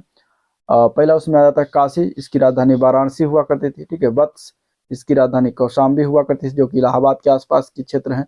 कौशल, श्रावस्ती इसकी राजधानी हुआ करती थी जो फैजाबाद के आसपास क्षेत्र। मल्ल, कुशीनारा राजधानी हुआ करती थी जो देवरिया के आसपास क्षेत्र है। चेदी महाजनपद, शक्तिमती इसकी राजधानी का नाम हुआ करता था बुंदेलखंड के आसपास क्षेत्र। कुर महाजनपद, इंद्रप्रस्थ इसकी राजधानी हुआ करती थी जो मेरठ, दिल्ली, थानेश्वर के आसपास का क्षेत्र हुआ करता था। सूरसेन महाजनपद की राजधानी मथुरा हुआ करती थी, मथुरा के आसपास का क्षेत्र वर्तमान में। और पांचाल जिसकी राजधानी अहिछत्र हुआ करती थी, ये बरेली, बदायूं, फर्रुखाबाद के आसपास के क्षेत्र हैं। तो इस प्रकार 8 महाजनपद जो उत्तर प्रदेश में स्थित है। चलिए, क्वेश्चन नंबर 65 में मिलान करना है। उत्तर प्रदेश के प्राचीन जनपद और राजधानी उनकी दी गई है। तो कुरु की राजधानी अभी ऊपर हमने पढ़ा, कुरु की राजधानी कहाँ पर है, कुरु की राजधानी इंद्रप्रस्थ है। ठीक है, तो ए का 4 हो जाएगा। पांचाल की राजधानी कहाँ पर है? तो पांचाल की राजधानी की अगर हम बात करेंगे तो पांचालों की भी पढ़ा अहिछत्र हुआ करती थी, ऊपर पढ़ा, ठीक है। कौशल की राजधानी की बात करेंगे तो साकेत, साकेत मतलब अयोध्या, अयोध्या श्रावस्ती और अयोध्या, कौशल की दो राजधानी, ठीक है। उत्तरी कौशल की राजधानी श्रावस्ती और दक्षिणी कौशल की राजधानी अयोध्या या साकेत। वत्स की राजधानी कौशाम्बी हुआ करती थी। तो इस प्रकार ये मिलान करने के लिए भी आ जाता है इस प्रकार। तो आपको 16 जनपद महाजनपद के नाम और उनके राजधानी याद होनी चाहिए। चलिए क्वेश्चन नंबर 66, नवाब सुजाउद्दौला की बेगम का प्रसिद्ध मकबरा, बहू बेगम का मकबरा निम्नलिखित में से किस स्थान पर अवस्थित है? तो यह स्थित है फैजाबाद में। आंसर यहाँ पे डी ऑप्शन करेक्ट हो जाएगा, ठीक है। फैजाबाद अयोध्या में बहू बेगम का मकबरा बना हुआ है। आंसर डी ऑप्शन करेक्ट है। अगले प्रश्न की तरफ बढ़ते हैं। 67 नंबर क्वेश्चन है, जौनपुर के सरकी वंश का अंतिम शासक कौन था? तो उसका नाम था हुसैन शाह। आंसर इसका ए पार्ट करेक्ट है, ठीक है। इस वंश की स्थापना जो है मलिक सरवर के द्वारा सन 1394 में किया गया था। और जौनपुर शहर की स्थापना की बात करेंगे तो 14वीं शताब्दी में फिरोज शाह तुगलक ने अपने चचेरे भाई मोहम्मद बिन तुगलक की याद में किया था, जिसका नाम वास्तविक नाम था जौना खां। निम्न में से 1924 के कानपुर षड्यंत्र मामले में कौन शामिल नहीं था? इनमें से बताना है। तो यहाँ पे आंसर हो जाएगा डी पार्ट, M.A. अंसारी शामिल इनमें से नहीं हुआ करते थे। तो आंसर इसका डी ऑप्शन करेक्ट हो जाएगा, ठीक है। 1920 के दशक में भारत में समाजवादी और मार्क्सवादी विचारधारा का उदय हुआ, जो रूसी क्रांति 1917 से काफी हद तक प्रभावित था। 17 मार्च 1924 को कानपुर षड्यंत्र का मामला भारत में कम्युनिस्टों की क्रांतिकारी गतिविधियों से संबंधित था। कानपुर षड्यंत्र में मुजफ्फर अहमद, नलिनी गुप्ता, शौकत उस्मानी, S.A. डोंगे शामिल थे। इन सभी पर आरोप लगाया गया कि ये सभी हिंसक क्रांति के द्वारा ब्रिटिश भारत की संप्रभुता के प्रतीक जो है राजा को पूरी तरह से वंचित करने की मांग कर रहे थे। M.A. अंसारी जो है कानपुर षड्यंत्र में शामिल नहीं थे। चलिए क्वेश्चन नंबर अगला देखते हैं। हड़प्पा सभ्यता का स्थल मांडी भारत के किस राज्य में स्थित है? तो हड़प्पा सभ्यता का स्थल जो मांडी है ये पड़ता है उत्तर प्रदेश राज्य में। तो आंसर डी ऑप्शन राइट है, ठीक है। 2021 के पेपर में पूछा गया है। मांडी जो है उत्तर प्रदेश के मुजफ्फरनगर जिले से लगभग 15 किलोमीटर दूर दक्षिण में जो है मांडी गांव हड़प्पा का एक नवीन स्थल है। यहाँ खेत की जुताई के दौरान भारी मात्रा में सोने के छल्ले और मिट्टी के बर्तन के टुकड़े जो है और ईंटें प्राप्त हुई हैं, ठीक है। 3 अलग अलग आकार के प्रकार के सोने के छल्ले मिलने से ऐसा अनुमान किया जाता है कि इनका प्रयोग मुद्रा के रूप में किया जाता था और इस स्थल पर कोई टकसाल गृह रहा होगा। शेरशाह सूरी का अंतिम अभियान निम्नलिखित में से किस राज्य के विरुद्ध था? शेरशाह सूरी का अंतिम अभियान जो था वो कालिंजर के विरुद्ध था और इसकी मृत्यु भी यही कालिंजर के किले में हुई थी। तो आंसर ए पार्ट करेक्ट हो जाएगा, ठीक है। और यह 1545 ईस्वी में कालिंजर के विरुद्ध जो है अभियान किया था और इसी अभियान के दौरान एक बम गोला फटने से इसकी मृत्यु हो गई थी। कन्नौज का युद्ध 1540 में शेरशाह सूरी और हुमायूं के मध्य हुआ था, जिसमें शेरशाह विजयी था। निम्नलिखित में से कौन हड़प्पीय पुरस्थल उत्तर प्रदेश में स्थित नहीं है? इनमें से तो इसमें से जो है वो है देसलपुर, जो कि उत्तर प्रदेश में अवस्थित नहीं है। बाकी इसमें हुलास, आलमगीरपुर और मांडी ये तीनों जो है आपका कहाँ पड़ता है? उत्तर प्रदेश के अंदर स्थित है। तो आंसर बी पार्ट करेक्ट हो जाएगा, ठीक है। आलमगीरपुर कहाँ पड़ता है? तो मेरठ में स्थित संदेव सप्ताह का सबसे पूर्वी स्थल है। बड़गांव एवं हुलास ये दोनों सहारनपुर में है। मांडी मुजफ्फरनगर में है, जबकि देसलपुर जो है गुजरात के कच्छ के रण में स्थित संदेव स्थल है। क्वेश्चन नंबर 72 है, कन्नौज पर महमूद गजनवी के आक्रमण के समय वहां का शासक कौन था? तो वहां का शासक की बात करेंगे तो राज्यपाल था। आंसर यहाँ पे ए पार्ट करेक्ट हो जाएगा, ठीक है। कन्नौज पर महमूद गजनवी जो कि 1018 ईस्वी में आक्रमण के समय जो है गुर्जर प्रतिहार वंश का शासक राज्यपाल था, जो आक्रमण के भय से कन्नौज छोड़कर बाड़ी दुर्ग में जाकर छिप गया और उसकी इसी कायरता की वजह से चंदेल के शासक विद्याधर ने राज्यपाल को पराजित करके उसकी हत्या कर दी। यशपाल जो था अंतिम गुर्जर प्रतिहार वंश का शासक था। मध्यकाल में उत्तर प्रदेश किस जनपद को शिक्षा का केंद्र होने के कारण सिराज ए हिंद के नाम से कहा जाता है? तो वो जो जिला है वो है जौनपुर, ठीक है। तो आंसर यहाँ पे सी ऑप्शन करेक्ट हो जाएगा, जौनपुर। मध्यकाल में जौनपुर जो था शिक्षा का एक प्रसिद्ध केंद्र होने के कारण उसे सिराज ए हिंद के नाम से जाना जाता था। शेरशाह सूरी और मलिक मोहम्मद जायसी ने जौनपुर में ही शिक्षा प्राप्त की थी।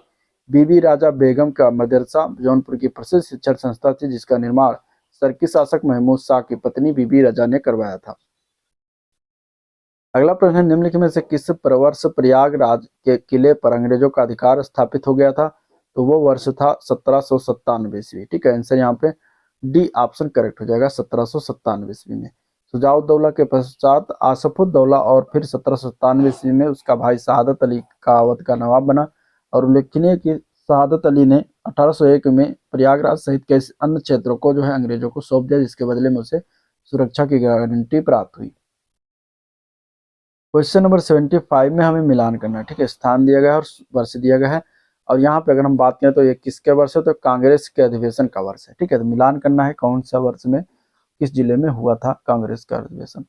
तो यहाँ पे अगर हम देखते हैं तो पहला दिया गया मेरठ, तो मेरठ में हुआ था वर्ष 1946 में, ठीक है। तो इसका भी आपको याद रखना है, वर्ष 1946 में जो मेरठ में हुआ था वो था 55वां कांग्रेस का जो है अधिवेशन।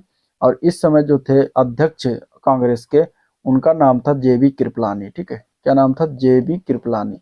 तो ये नाम जो थे ये भी याद रखना है, ठीक है। कानपुर में जो अध्यक्ष का सम्मेलन मतलब हुआ था वो था 41वां सम्मेलन, और एक कहा कब हुआ था, तो ये हुआ था वर्ष 1925 में, ठीक है। और उस समय 1925 में जब हुआ था तो उस समय जो अध्यक्ष थी उनका नाम था सरोजनी नायडू। लखनऊ अधिवेशन की बात करेंगे तो लखनऊ अधिवेशन में 32वां अधिवेशन था, जो कि हुआ था वर्ष 1916 में, ठीक है। तो यहाँ पे जब वर्ष 1916 में हुआ था तब इसके अध्यक्ष थे अंबिका चरण मजूमदार, ठीक है। अंबिका चरण मजूमदार जो थे इसके अध्यक्ष थे। और बनारस में जो अधिवेशन हुआ था वो 21वां था, 1905 वाला, ठीक है। तो यहाँ पे अगर देखेंगे तो उस समय जो थे वो अध्यक्ष थे गोपाल कृष्ण गोखले थे, ठीक है। तो ये नाम भी याद रखिएगा। तो यहाँ पे इस प्रकार मिलान हो जाएगा, आंसर यहाँ पे सी ऑप्शन राइट हो जाएगा। चलिए क्वेश्चन नंबर देखते हैं, अगला क्वेश्चन नंबर 76 नंबर क्वेश्चन देखते हैं। निम्नलिखित में से किस वर्ष वर्तमान उत्तर प्रदेश का प्रायः संपूर्ण क्षेत्र बंगाल प्रेसिडेंसी से अलग करके आगरा प्रेसिडेंसी के अधीन कर दिया गया था? तो ये किया गया था वर्ष 1833 में, आंसर बी ऑप्शन राइट हो जाएगा 1833 में, ठीक है। उत्तर प्रदेश का क्षेत्र कई वर्षों तक बंगाल प्रेसिडेंसी के अधीन रहा था, जहां गवर्नर जनरल का शासन हुआ करता था। अगले प्रश्न में बताना कि कौन सा इसमें से सुमेलित नहीं है, ठीक है। पूर्व मध्यकालीन उत्तर प्रदेश के शहर और वर्तमान अवस्थिति। कोयल के नाम से अगर देखा जाए, कोयल या फिर इसको कहते थे कोल, तो इसका नाम क्या था? ये पुराना नाम था, अभी इसका नाम नया हो गया अलीगढ़, तो ये तो सही है। महोत्सव नगर के नाम से महोबा जाना जाता है, ये भी सही है। महोदय श्री के नाम से कन्नौज जाना जाता था, ये भी सही है। जेजाग भुक्ति के नाम से कौशाम्बी जाना जाता है, जो कि गलत है। जेजाग भुक्ति जो था ये नाम था बुंदेलखंड का पुराना नाम, ठीक है। बुंदेलखंड का पुराना नाम था जेजाग भुक्ति। तो इस प्रकार यहाँ पे अगर हम देखेंगे तो आंसर यहाँ पे डी हो जाएगा, जो सुमेलित नहीं है वो है डी पार्ट। चलिए अगले क्वेश्चन की तरफ बढ़ते हैं। क्वेश्चन नंबर 78, निम्नलिखित में से किसे महोदय श्री के नाम से जानते हैं? तो अभी ऊपर देखिए महोदय श्री, आंसर यहाँ पे डी हो जाएगा, कन्नौज को महोदय श्री के नाम से जानते हैं। चलिए अंग्रेजों के विरुद्ध बनारस विद्रोह का नेतृत्व जो है किसने किया था 79 में क्वेश्चन में? तो यहाँ पे आंसर हो जाएगा राजा चेत सिंह ने किया था, आंसर इसका सी ऑप्शन करेक्ट हो जाएगा, ठीक है। जो बनारस विद्रोह हुआ था ये 1780-81 में होता है, इसका नेतृत्व राजा चेत सिंह ने किया था। वारेन हेस्टिंग्स ने जो है 1778 में राजा चेत सिंह से 5 लाख रुपया युद्ध कर के रूप में मांगा, और चेत सिंह के द्वारा मांगी गई रकम न देने पर वारेन हेस्टिंग ने उसे गिरफ्तार कर लिया। फलस्वरूप चेत सिंह के सैनिकों ने इस दुर्व्यवहार पर विद्रोह कर दिया। हेस्टिंग्स ने इस विद्रोह को सरलता से दबा दिया तथा चेत सिंह के भतीजे महीप नारायण को राजा बना दिया, जिसने 40 लाख रुपए वार्षिक कंपनी को देना स्वीकार कर लिया था, ठीक है। चलिए क्वेश्चन नंबर 80, काकोरी षड्यंत्र केस में प्रधान आरोपी पंडित राम प्रसाद बिस्मिल को उत्तर प्रदेश के शहर में फांसी दिया गया था? तो ये इसके बारे में बातें हो चुकी हैं, ठीक है। तो यहाँ पे आंसर हो जाएगा बी पार्ट, गोरखपुर में फांसी दिया गया था, ठीक है। काकोरी षड्यंत्र जो केस था, राम प्रसाद बिस्मिल को गोरखपुर जेल में वर्ष 19 दिसंबर 1927 को जो है फांसी दे दिया गया था। और ये काकोरी केंद्र जो हुआ था कांड, ये 9 अगस्त 1925 को हुआ था, ठीक है। रामप्रसाद बिस्मिल का जन्म 11 जून 1897 को शाहजहांपुर में हुआ था, ठीक है। अब सरकार ने काकोरी कांड का नाम बदलकर काकोरी ट्रेन एक्शन कर दिया है। क्वेश्चन नंबर अगला देखते हैं। क्वेश्चन नंबर 81, उत्तर प्रदेश में स्वाधीनता आंदोलन के समय ही एक अन्य एका बृहद जन आंदोलन प्रारंभ हुआ, जिसका नेतृत्व किसने किया था? तो एका आंदोलन का नेतृत्व की बात करेगा तो यहाँ पे आंसर हो जाएगा इसका जो है डी पार्ट, मदारी पासी के द्वारा किया गया था, डी ऑप्शन करेक्ट हो जाएगा, ठीक है। अवध का एका आंदोलन जो था ये हरदोई जिले तथा उत्तरी अवध के पश्चिमी जिलों में 1921 के अंत में 1922 के प्रारंभ में मदारी पासी एवं सुहादेव के नेतृत्व में चलाया गया था। ठीक है। और यहाँ पे अगर हम देखेंगे तो इस आंदोलन को चलाने का उद्देश्य लगान को नगद रूप में रूपांतरित करवाना था। एका आंदोलन हरदोई, बहराइच, बाराबंकी, सीतापुर जिले में चलाया गया। इस आंदोलन में सभा स्थल पर गंगा की सौगंध दी जाती थी कि किसान निर्धारित लगान से एक भी पैसे अधिक लगान नहीं देंगे। क्वेश्चन नंबर 22 है, अखिल भारतीय किसान सभा की स्थापना हुई थी और कब हुआ था, किस सन में हुआ था? तो ये हुआ था लखनऊ में, ठीक है, 1936 में हुआ था। आंसर यहाँ पे सी ऑप्शन हो जाएगा, लखनऊ 1936 में। अप्रैल 1935 में संयुक्त प्रांत में किसान संघ की स्थापना हुई, ठीक है। और इसी वर्ष एनजी रंगा और अन्य किसान नेताओं ने सभी प्रांतीय किसान सभाओं को मिलाकर एक अखिल भारतीय किसान संगठन बनाने की योजना बनाई। अपने इसी उद्देश्य को आगे बढ़ाते हुए किसान नेताओं ने 11 अप्रैल 1936 को लखनऊ में अखिल भारतीय किसान सभा की स्थापना की। स्वामी सहजानंद सरस्वती इसके अध्यक्ष तथा प्रोफेसर एनजी रंगा इसके महासचिव चुने गए। अखिल भारतीय किसान सभा को जवाहरलाल नेहरू ने भी संबोधित किया था और इस अधिवेशन में 1 सितंबर 1936 को किसान दिवस के रूप में जो है मनाने का निर्णय लिया गया था। चलिए क्वेश्चन नंबर 83, लखनऊ में स्थापित अखिल भारतीय किसान कांग्रेस के महासचिव के रूप में किसे चुना गया? तो अभी ऊपर वाले एक्सप्लेन बताया गया, एनजी रंगा को चुना गया था, ठीक है। तो बी पार्ट करेक्ट हो जाएगा। क्वेश्चन नंबर 84, उत्तर प्रदेश की संस्कृति का एक ऐतिहासिक पूर्वकाल है, इसमें निम्नलिखित में से कौन कौन सम्मिलित है? ठीक है, 84 में बताना है। तो बुद्ध थे, ठीक है, राम भी थे और तीसरा यहाँ पे हो जाएगा नवाब भी थे, ठीक है। महाराज का इससे कोई लेना देना नहीं, तो आंसर यहाँ पे ए पार्ट करेक्ट हो जाएगा। चलिए, अवध राज्य का ब्रिटिश साम्राज्य में विलय कब हुआ था? तो अवध राज्य का ब्रिटिश साम्राज्य में विलय किया गया था 1856 में, आंसर ए पार्ट करेक्ट हो जाएगा, ठीक है। अब अवध राज्य का अंतिम जो नवाब था वाजिद अली शाह, जो 1847 से लेकर 1856 तक रहा था। इसी के शासन काल में अवध पर कुशासन का आरोप लगाकर 1856 में ब्रिटिश साम्राज्य में मिला लिया गया, ठीक है। और डलहौजी जो था अपने व्यक्तिगत सिद्धांत के अंतर्गत सर्वप्रथम 1848 ईस्वी में 17 राज्य को ब्रिटिश साम्राज्य में मिलाया। उसके बाद जैतापुर, उदयपुर, झांसी, नागपुर को ब्रिटिश साम्राज्य का अंग बनाया था। मंगल पांडे सिपाही था, किस नेटिव इन्फेंट्री का था? इनमें से बताना, ठीक है। तो यहाँ पे अगर हम देखेंगे तो ये चारों ऑप्शन गलत है, ठीक है। यहाँ पे अगर हम देखेंगे तो मंगल पांडे जो थे ये 34वीं बंगाल नेटिव इन्फेंट्री की पैदल सेना के 1446 नंबर के सिपाही थे। मंगल पांडे 1857 के प्रथम स्वतंत्रता संग्राम के अग्रदूत माने जाते हैं। मंगल पांडे 1827 से लेकर 1857 मतलब 1827 में पैदा हुआ था, 1857 में इनकी मृत्यु हुई थी। ये बैरकपुर की सैनिक छावनी में जो है 34वीं बंगाल नेटिव इन्फेंट्री की पैदल सेना के सिपाही थे। महाल वाली प्रथा कहाँ लागू हुई थी? तो ये लागू किया गया था उत्तर प्रदेश में, तो आंसर यहाँ पे बी ऑप्शन करेक्ट हो जाएगा। महाल वाली प्रथा उत्तर प्रदेश, मध्य प्रांत और पंजाब प्रांत आते थे और ब्रिटिश भारत का कुल भाग का जो था 30% था, ठीक है। महाल वाली व्यवस्था क्या था? तो महाल का अर्थ जागीर या गांव होता है। इस राजस्व व्यवस्था में प्रत्येक महाल अथवा गांव के साथ संबंध स्थापित किया गया, कृषक के साथ नहीं, ठीक है।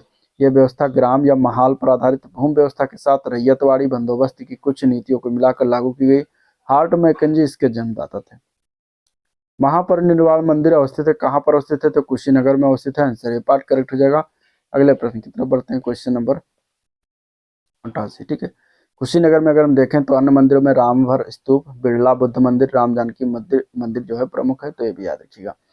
महर्षि वाल्मीकि आश्रम कहाँ पर स्थापित है? तो बिठूर में स्थापित है, आंसर बी ऑप्शन करेक्ट हो जाएगा। बिठूर कहाँ पर है? बिठूर जो है उत्तर प्रदेश में कानपुर से 24 किलोमीटर दूर गंगा के किनारे पर बसा हुआ है। इसे प्राचीन काल में ब्रह्मवर्त तीर्थ कहा जाता था। रामायण के रचयिता महर्षि वाल्मीकि का आश्रम भी यहीं पर स्थित है।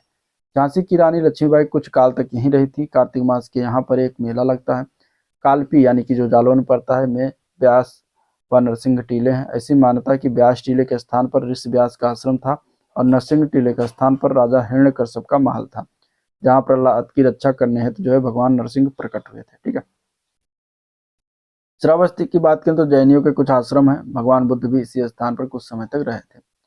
चलिए अगला क्वेश्चन देखते हैं, क्वेश्चन नंबर 90, वह प्राचीन स्थल जहाँ 60,000 मुनियों की सभा में संपूर्ण महाभारत कथा का वाचन किया गया था वो कहाँ पर है, किस जगह पर है?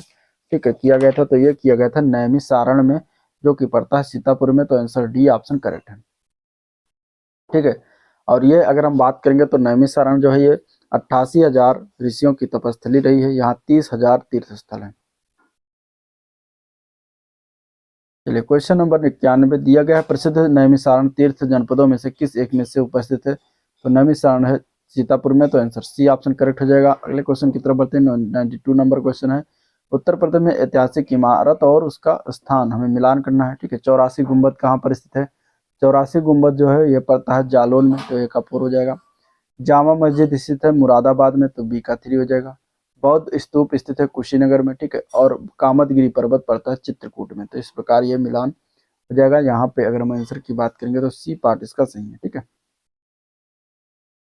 चलिए अगले क्वेश्चन की तरफ बढ़ेंगे। क्वेश्चन नंबर 93 में भी हमें मिलान करना है। स्थान दिया गया, सूची दी गई है, इनको मिलान करके लगाना। ठीक है, कौशाम्बी में कौन सा जो है स्मारक स्थित है? तो कौशाम्बी में पड़ता है इसमें से घोषिता राम मठ। ठीक है, तो एक का 2 हो जाएगा। कुशीनगर में पड़ता है इसमें से रामभर स्तूप। सारनाथ में इसमें से क्या पड़ता है? सारनाथ में धमेक स्तूप पड़ता है, और श्रावस्ती में सहेत महत पड़ता है। ठीक है, तो इस प्रकार सी ऑप्शन इसका करेक्ट है। अगला क्वेश्चन है 94 निम्नलिखित में से अमीर खुसरो का स्थान किससे मतलब स्थान से संबंधित है? अमीर खुसरो का किस स्थान से संबंधित है ये बताना है। अमीर खुसरो इसमें से देखा जाएगा तो बी पार्ट हो जाएगा, पटियाली नामक स्थान से संबंधित है, आंसर बी पार्ट करेक्ट हो जाएगा। ठीक है, अमीर खुसरो का वास्तविक नाम था अबुल हसन यामनुद्दीन मोहम्मद था। इनका जन्म कासगंज जिले के पटियाली नामक ग्राम में हुआ था। खुसरो को हिंदुस्तानी खड़ी बोली का पहला लोकप्रिय कवि माना जाता है। इन्हें तूतीय हिंद के नाम से भी जानते हैं। क्वेश्चन नंबर 95, कालपी नगर किस नदी के तट पर स्थित है? तो कालपी नगर जो पड़ता है ये यमुना नदी के तट पर स्थित है, तो आंसर बी ऑप्शन करेक्ट हो जाएगा। कालपी कहाँ पर स्थित है? जालौन जिले में यमुना नदी के किनारे स्थित है। ठीक है, यमुना नदी के किनारे अगर देखा जाए तो सहारनपुर, मुजफ्फरनगर, मेरठ, गाजियाबाद, बुलंदशहर, अलीगढ़, मथुरा, आगरा, इटावा, जालौन, हमीरपुर, बांदा, फतेहपुर और प्रयागराज आदि 19 जिलों में बहती हुई प्रयागराज में जाकर गंगा से मिल जाती है। क्वेश्चन नंबर 96 है, उत्तर प्रदेश का प्राचीनतम जीवंत नगर इनमें से कौन सा है? तो वो है डी पार्ट वाराणसी। ठीक है, वाराणसी हो जाएगा उत्तर प्रदेश का प्राचीनतम जीवंत नगर है। वाराणसी जो है संसार के प्राचीनतम बसे शहरों में से एक है। इसे बनारस और काशी भी कहा जाता है। हिंदू धर्म में सर्वाधिक पवित्र नगरों में से वाराणसी को माना जाता है। इसे अविमुक्त का क्षेत्र भी कहा जाता है। गुप्त काल में टेराकोटा यानी कि पक्की मिट्टी ईंटों से बना हुआ भीतरगांव मंदिर उत्तर प्रदेश के किस जिले में स्थित है? तो भीतरगांव मंदिर की अगर हम बात करेंगे तो ये पड़ता है कानपुर जिले में, आंसर बी ऑप्शन करेक्ट है। ठीक है, और ये गुप्तकालीन मंदिर का अवशेष उपलब्ध है, जो गुप्तकालीन वास्तुकला के सुंदर नमूनों में से एक है। ईंटों का बना यह मंदिर जो अपनी सुरक्षित तथा उत्तर सांचे में ढली ईंटों के कारण विशेष रूप से प्रसिद्ध है। इसकी छत जो है शिखरमयी है तथा बाहर की दीवारों के ताकों में मृणमयी मूर्तियां दिखाई पड़ती हैं। क्वेश्चन नंबर 98 दिया गया, वाराणसी के विश्वनाथ मंदिर का निर्माण किसके द्वारा किया गया था? ठीक है, तो ये करवाया गया था रानी अहिल्याबाई के द्वारा, आंसर यहाँ पे ए पार्ट करेक्ट हो जाएगा। ठीक है, वाराणसी में जो शिव नगरी कहा जाता है वाराणसी को, और भगवान शिव के 12 ज्योतिर्लिंगों में से काशी विश्वनाथ मंदिर भी इसमें शामिल है, और यह मंदिर वाराणसी में गंगा नदी किनारे स्थित है। इस मंदिर का 3500 वर्षों का लिखित इतिहास है। बार बार के हमलों और पुनः निर्मित किए जाने के बाद मंदिर के वर्तमान स्वरूप का निर्माण 1780 में इंदौर की महारानी अहिल्याबाई होलकर ने करवाया था। महर्षि वाल्मीकि का आश्रम ब्रह्मवर्त में स्थित था, जो वर्तमान उत्तर प्रदेश कहाँ पर स्थित है? तो यहाँ पर आंसर इसका क्या जाएगा? ए पार्ट, ये बिठूर में स्थित है, आंसर इसका ए पार्ट राइट है। ठीक है, महर्षि वाल्मीकि की अगर हम बात करें तो वाल्मीकि आश्रम वो स्थल है जहाँ ऋषि वाल्मीकि ने महाकाव्य रामायण की रचना की थी, और यही स्थल है जहाँ माता सीता ने अपने निर्वासन के दिनों में शरण ली थी और अपने जुड़वा पुत्रों लव व कुश को जन्म दिया था। क्वेश्चन नंबर 100, फर्रुखाबाद में गंगा नदी किनारे मुगल घाट का निर्माण बादशाह ने करवाया था, कौन से बादशाह के द्वारा करवाया गया था? ठीक है, ये बताना। तो ये करवाया गया था, अगर हम बात करेंगे यहाँ पे तो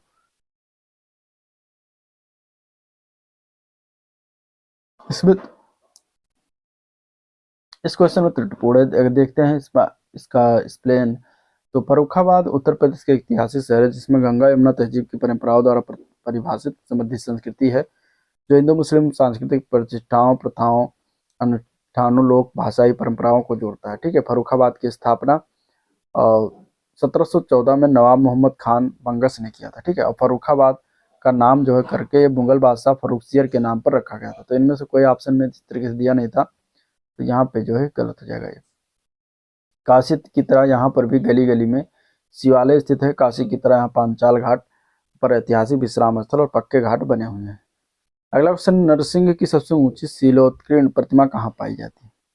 तो नरसिंह की सबसे ऊंची शिलोत्कीर्ण प्रतिमा जो है ये दुधई में पाई जाती है। आंसर बी पार्ट करेक्ट हो जाएगा। दुधई कहाँ पड़ता है? तो ये ललितपुर जिले में गांव पड़ता है, दुधई गांव। ठीक है, जहाँ पर भगवान नरसिंह की सबसे ऊंची शिलोत्कीर्ण प्रतिमा पाई जाती है। ठीक है, यह प्रतिमा 35 फीट ऊंची है। इस प्रतिमा का मुख शेर और शरीर मनुष्य दिखाया गया है, जो हिरण्यकश्यप का वध कर रहे हैं। यहाँ पर गुप्त वंश से अनेक मूर्तियां और मंदिर मौजूद हैं। अगले क्वेश्चन की तरफ बढ़ते हैं। क्वेश्चन 102। ठीक है, वीडियो को लाइक करना, चैनल को सब्सक्राइब करना है। ठीक है, कुशीनगर बौद्धों के लिए महत्वपूर्ण है क्योंकि गौतम बुद्ध यहाँ पर क्या किए थे? ठीक है, तो इसका आंसर क्या हो जाएगा? तो इसका आंसर हो जाएगा, यहाँ पे जो है मर गए थे कुशीनगर में, महानिर्वाण जिसको कहते हैं, महापरिनिर्वाण। तो आंसर डी ऑप्शन करेक्ट हो जाएगा। ठीक है, मोक्ष, महापरिनिर्वाण मतलब मोक्ष प्राप्त किया था, तो इसलिए महत्वपूर्ण है बौद्धों के लिए। तो आंसर हो जाएगा डी ऑप्शन। ठीक है, महात्मा बुद्ध की मृत्यु हुई थी 483 ईसा पूर्व में हुआ था, और यहाँ पर बुद्ध के 8 स्तूपों में से एक स्तूप बना हो जिसे रामभर स्तूप कहते हैं, और जहाँ बुद्ध की अस्थियां रखी हुई हैं। Question number 103। कुशीनगर बौद्ध लोगों का लोकप्रिय पर्यटन स्थल है, जो कि यहाँ पर क्या है? तो यहाँ पर इनमें से देखा जाए तो रामभर स्तूप हो जाएगा। आंसर डी ऑप्शन करेक्ट है। ठीक है, बड़ा इमामबाड़ा स्मारक कहाँ पर स्थित है? तो बड़ा इमामबाड़ा की बात करेगा तो यह आपका लखनऊ से ही हो जाएगा। आंसर ए पार्ट करेक्ट हो जाएगा। ठीक है, इसे भूल भुलैया भी कहा जाता है। इसका निर्माण आसफुद्दौला ने वर्ष 1784 में करवाया था। ये विशाल गुंबदनुमा हाल जो है 50 मीटर लंबा है और 15 मीटर ऊंचा है। ठीक है, इस इमामबाड़ा में एक असली मस्जिद भी है, जो वहाँ गैर मुस्लिम लोगों को प्रवेश की अनुमति नहीं है। मस्जिद परिसर के आंगन में 2 ऊंची मीनारें भी हैं। Question number 105। घोषिताराम जहाँ कुछ समय के लिए रुके थे, वो कहाँ पर स्थित था? घोषिताराम की बात करेंगे तो ये कौशाम्बी में रुके थे। आंसर डी ऑप्शन करेक्ट हो जाएगा। ठीक है, और घोषिताराम उद्यान महात्मा बुद्ध के निवास के लिए बनवाया गया है। श्रेष्ठी घोषित का भवन कौशाम्बी नगर के दक्षिण पूर्वी कोने में स्थित है। अगला प्रश्न क्वेश्चन नंबर 106। निम्नलिखित में से मुंशी प्रेमचंद्र का जन्म इनमें से कहाँ पर हुआ था? ठीक है, किस जगह पर हुआ था? तो इनका जन्म हुआ था वाराणसी में। आंसर डी ऑप्शन करेक्ट हो जाएगा, वाराणसी। ठीक है, वाराणसी में हुआ था। वाराणसी के निकट लमही नामक ग्राम है, जहाँ पर 31 जुलाई 1880 को हुआ था। इनके पिता अजायब राय थे। अजायब राय जो थे डाक मुंशी थे, जो डाक विभाग में नौकरी करते थे, और इन्होंने माधुरी तथा मर्यादा पत्रिकाओं का संपादन भी किया तथा हंस व जागरण नामक पत्र का प्रकाशन भी किया था। भारतीय साहित्य जगत में इन्हें उपन्यास सम्राट की उपाधि से नवाजा गया। इनकी कुछ प्रसिद्ध कृतियां हो गई, जैसे गोदान हो गया, कर्मभूमि है, प्रेमाश्रम है, रंगभूमि, गबन, करबला, प्रेम की वेदी, सेवा सदन, मानसरोवर जो कि कहानी संग्रह, ये सभी है। Question number 107। भव्य जैन स्तूप के अवशेष को कंकाली टीला के पास खोद कर निकाला गया, जो कि कहाँ पर स्थित है इनमें से? तो सी पार्ट हो जाएगा। ठीक है, मथुरा जिले में स्थित है। आंसर सी ऑप्शन इसका राइट हो जाएगा। और इस टीले पर जो है कंकाली देवी का मंदिर है, इसलिए इसका नाम कंकाली टीला है। 1890-91 में डॉक्टर फुहरर के नेतृत्व में यहाँ खुदाई हुई, जिसमें प्रसिद्ध भव्य जैन स्तूप प्राप्त हुआ था। अगला प्रश्न है, प्रसिद्ध सूफी संत शेख सलीम चिश्ती की दरगाह का उत्तर प्रदेश के किस जिले में स्थित है बताना है। तो यहाँ पे आंसर इसका हो जाएगा सी पार्ट, फतेहपुर सीकरी में पड़ता है। सी ऑप्शन इसका करेक्ट हो जाएगा। ठीक है, फतेहपुर सीकरी में अगर देखेंगे तो पंचमहल है, बुलंद दरवाजा आदि प्रसिद्ध इमारतें जो है अकबर के द्वारा यहाँ पे बनवाई गई थी।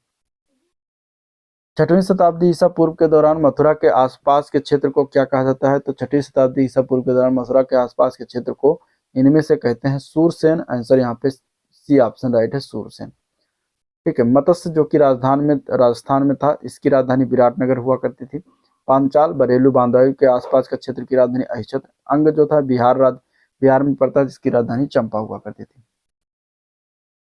क्वेश्चन नंबर अगला है, 6वीं शताब्दी बीसी के दौरान उत्तर प्रदेश के क्षेत्रों को चेदी कहा जाता था। तो चेद की अगर हम बात करेगा तो यहाँ पे हो जाएगा बुंदेलखंड। ठीक है, बुंदेलखंड क्षेत्र को चेदी कहा जाता था। आंसर ए पार्ट करेक्ट हो जाएगा। ठीक है, चलिए अगले पॉइंट की तरफ देखते हुए देखिए दिया गया है, जिसके बारे में बातें हो चुकी हैं। जो 8 महाजनपद हैं जो उत्तर प्रदेश में स्थित हैं, उनके नाम, राजधानी और आधुनिक क्षेत्र दिए गए हैं। तो ये बातें हो चुकी हैं, आप लोग इसको देख सकते हैं।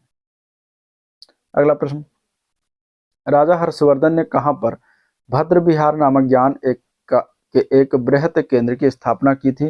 तो भद्र विहार की अगर हम बात करेंगे इनमें से, तो यहाँ पे आंसर हो जाएगा सी पार्ट, कन्नौज में स्थापना किया गया था। ठीक है, सी पार्ट इसका राइट हो जाएगा। हर्ष के दरबारी कवि जो थे बाणभट्ट, जिन्होंने हर्षचरित कादंबरी की रचना की थी। हर्षवर्धन ने 3 संस्कृत नाटक ग्रंथों प्रियदर्शिका, रत्नावली और नागानंद की रचना की थी।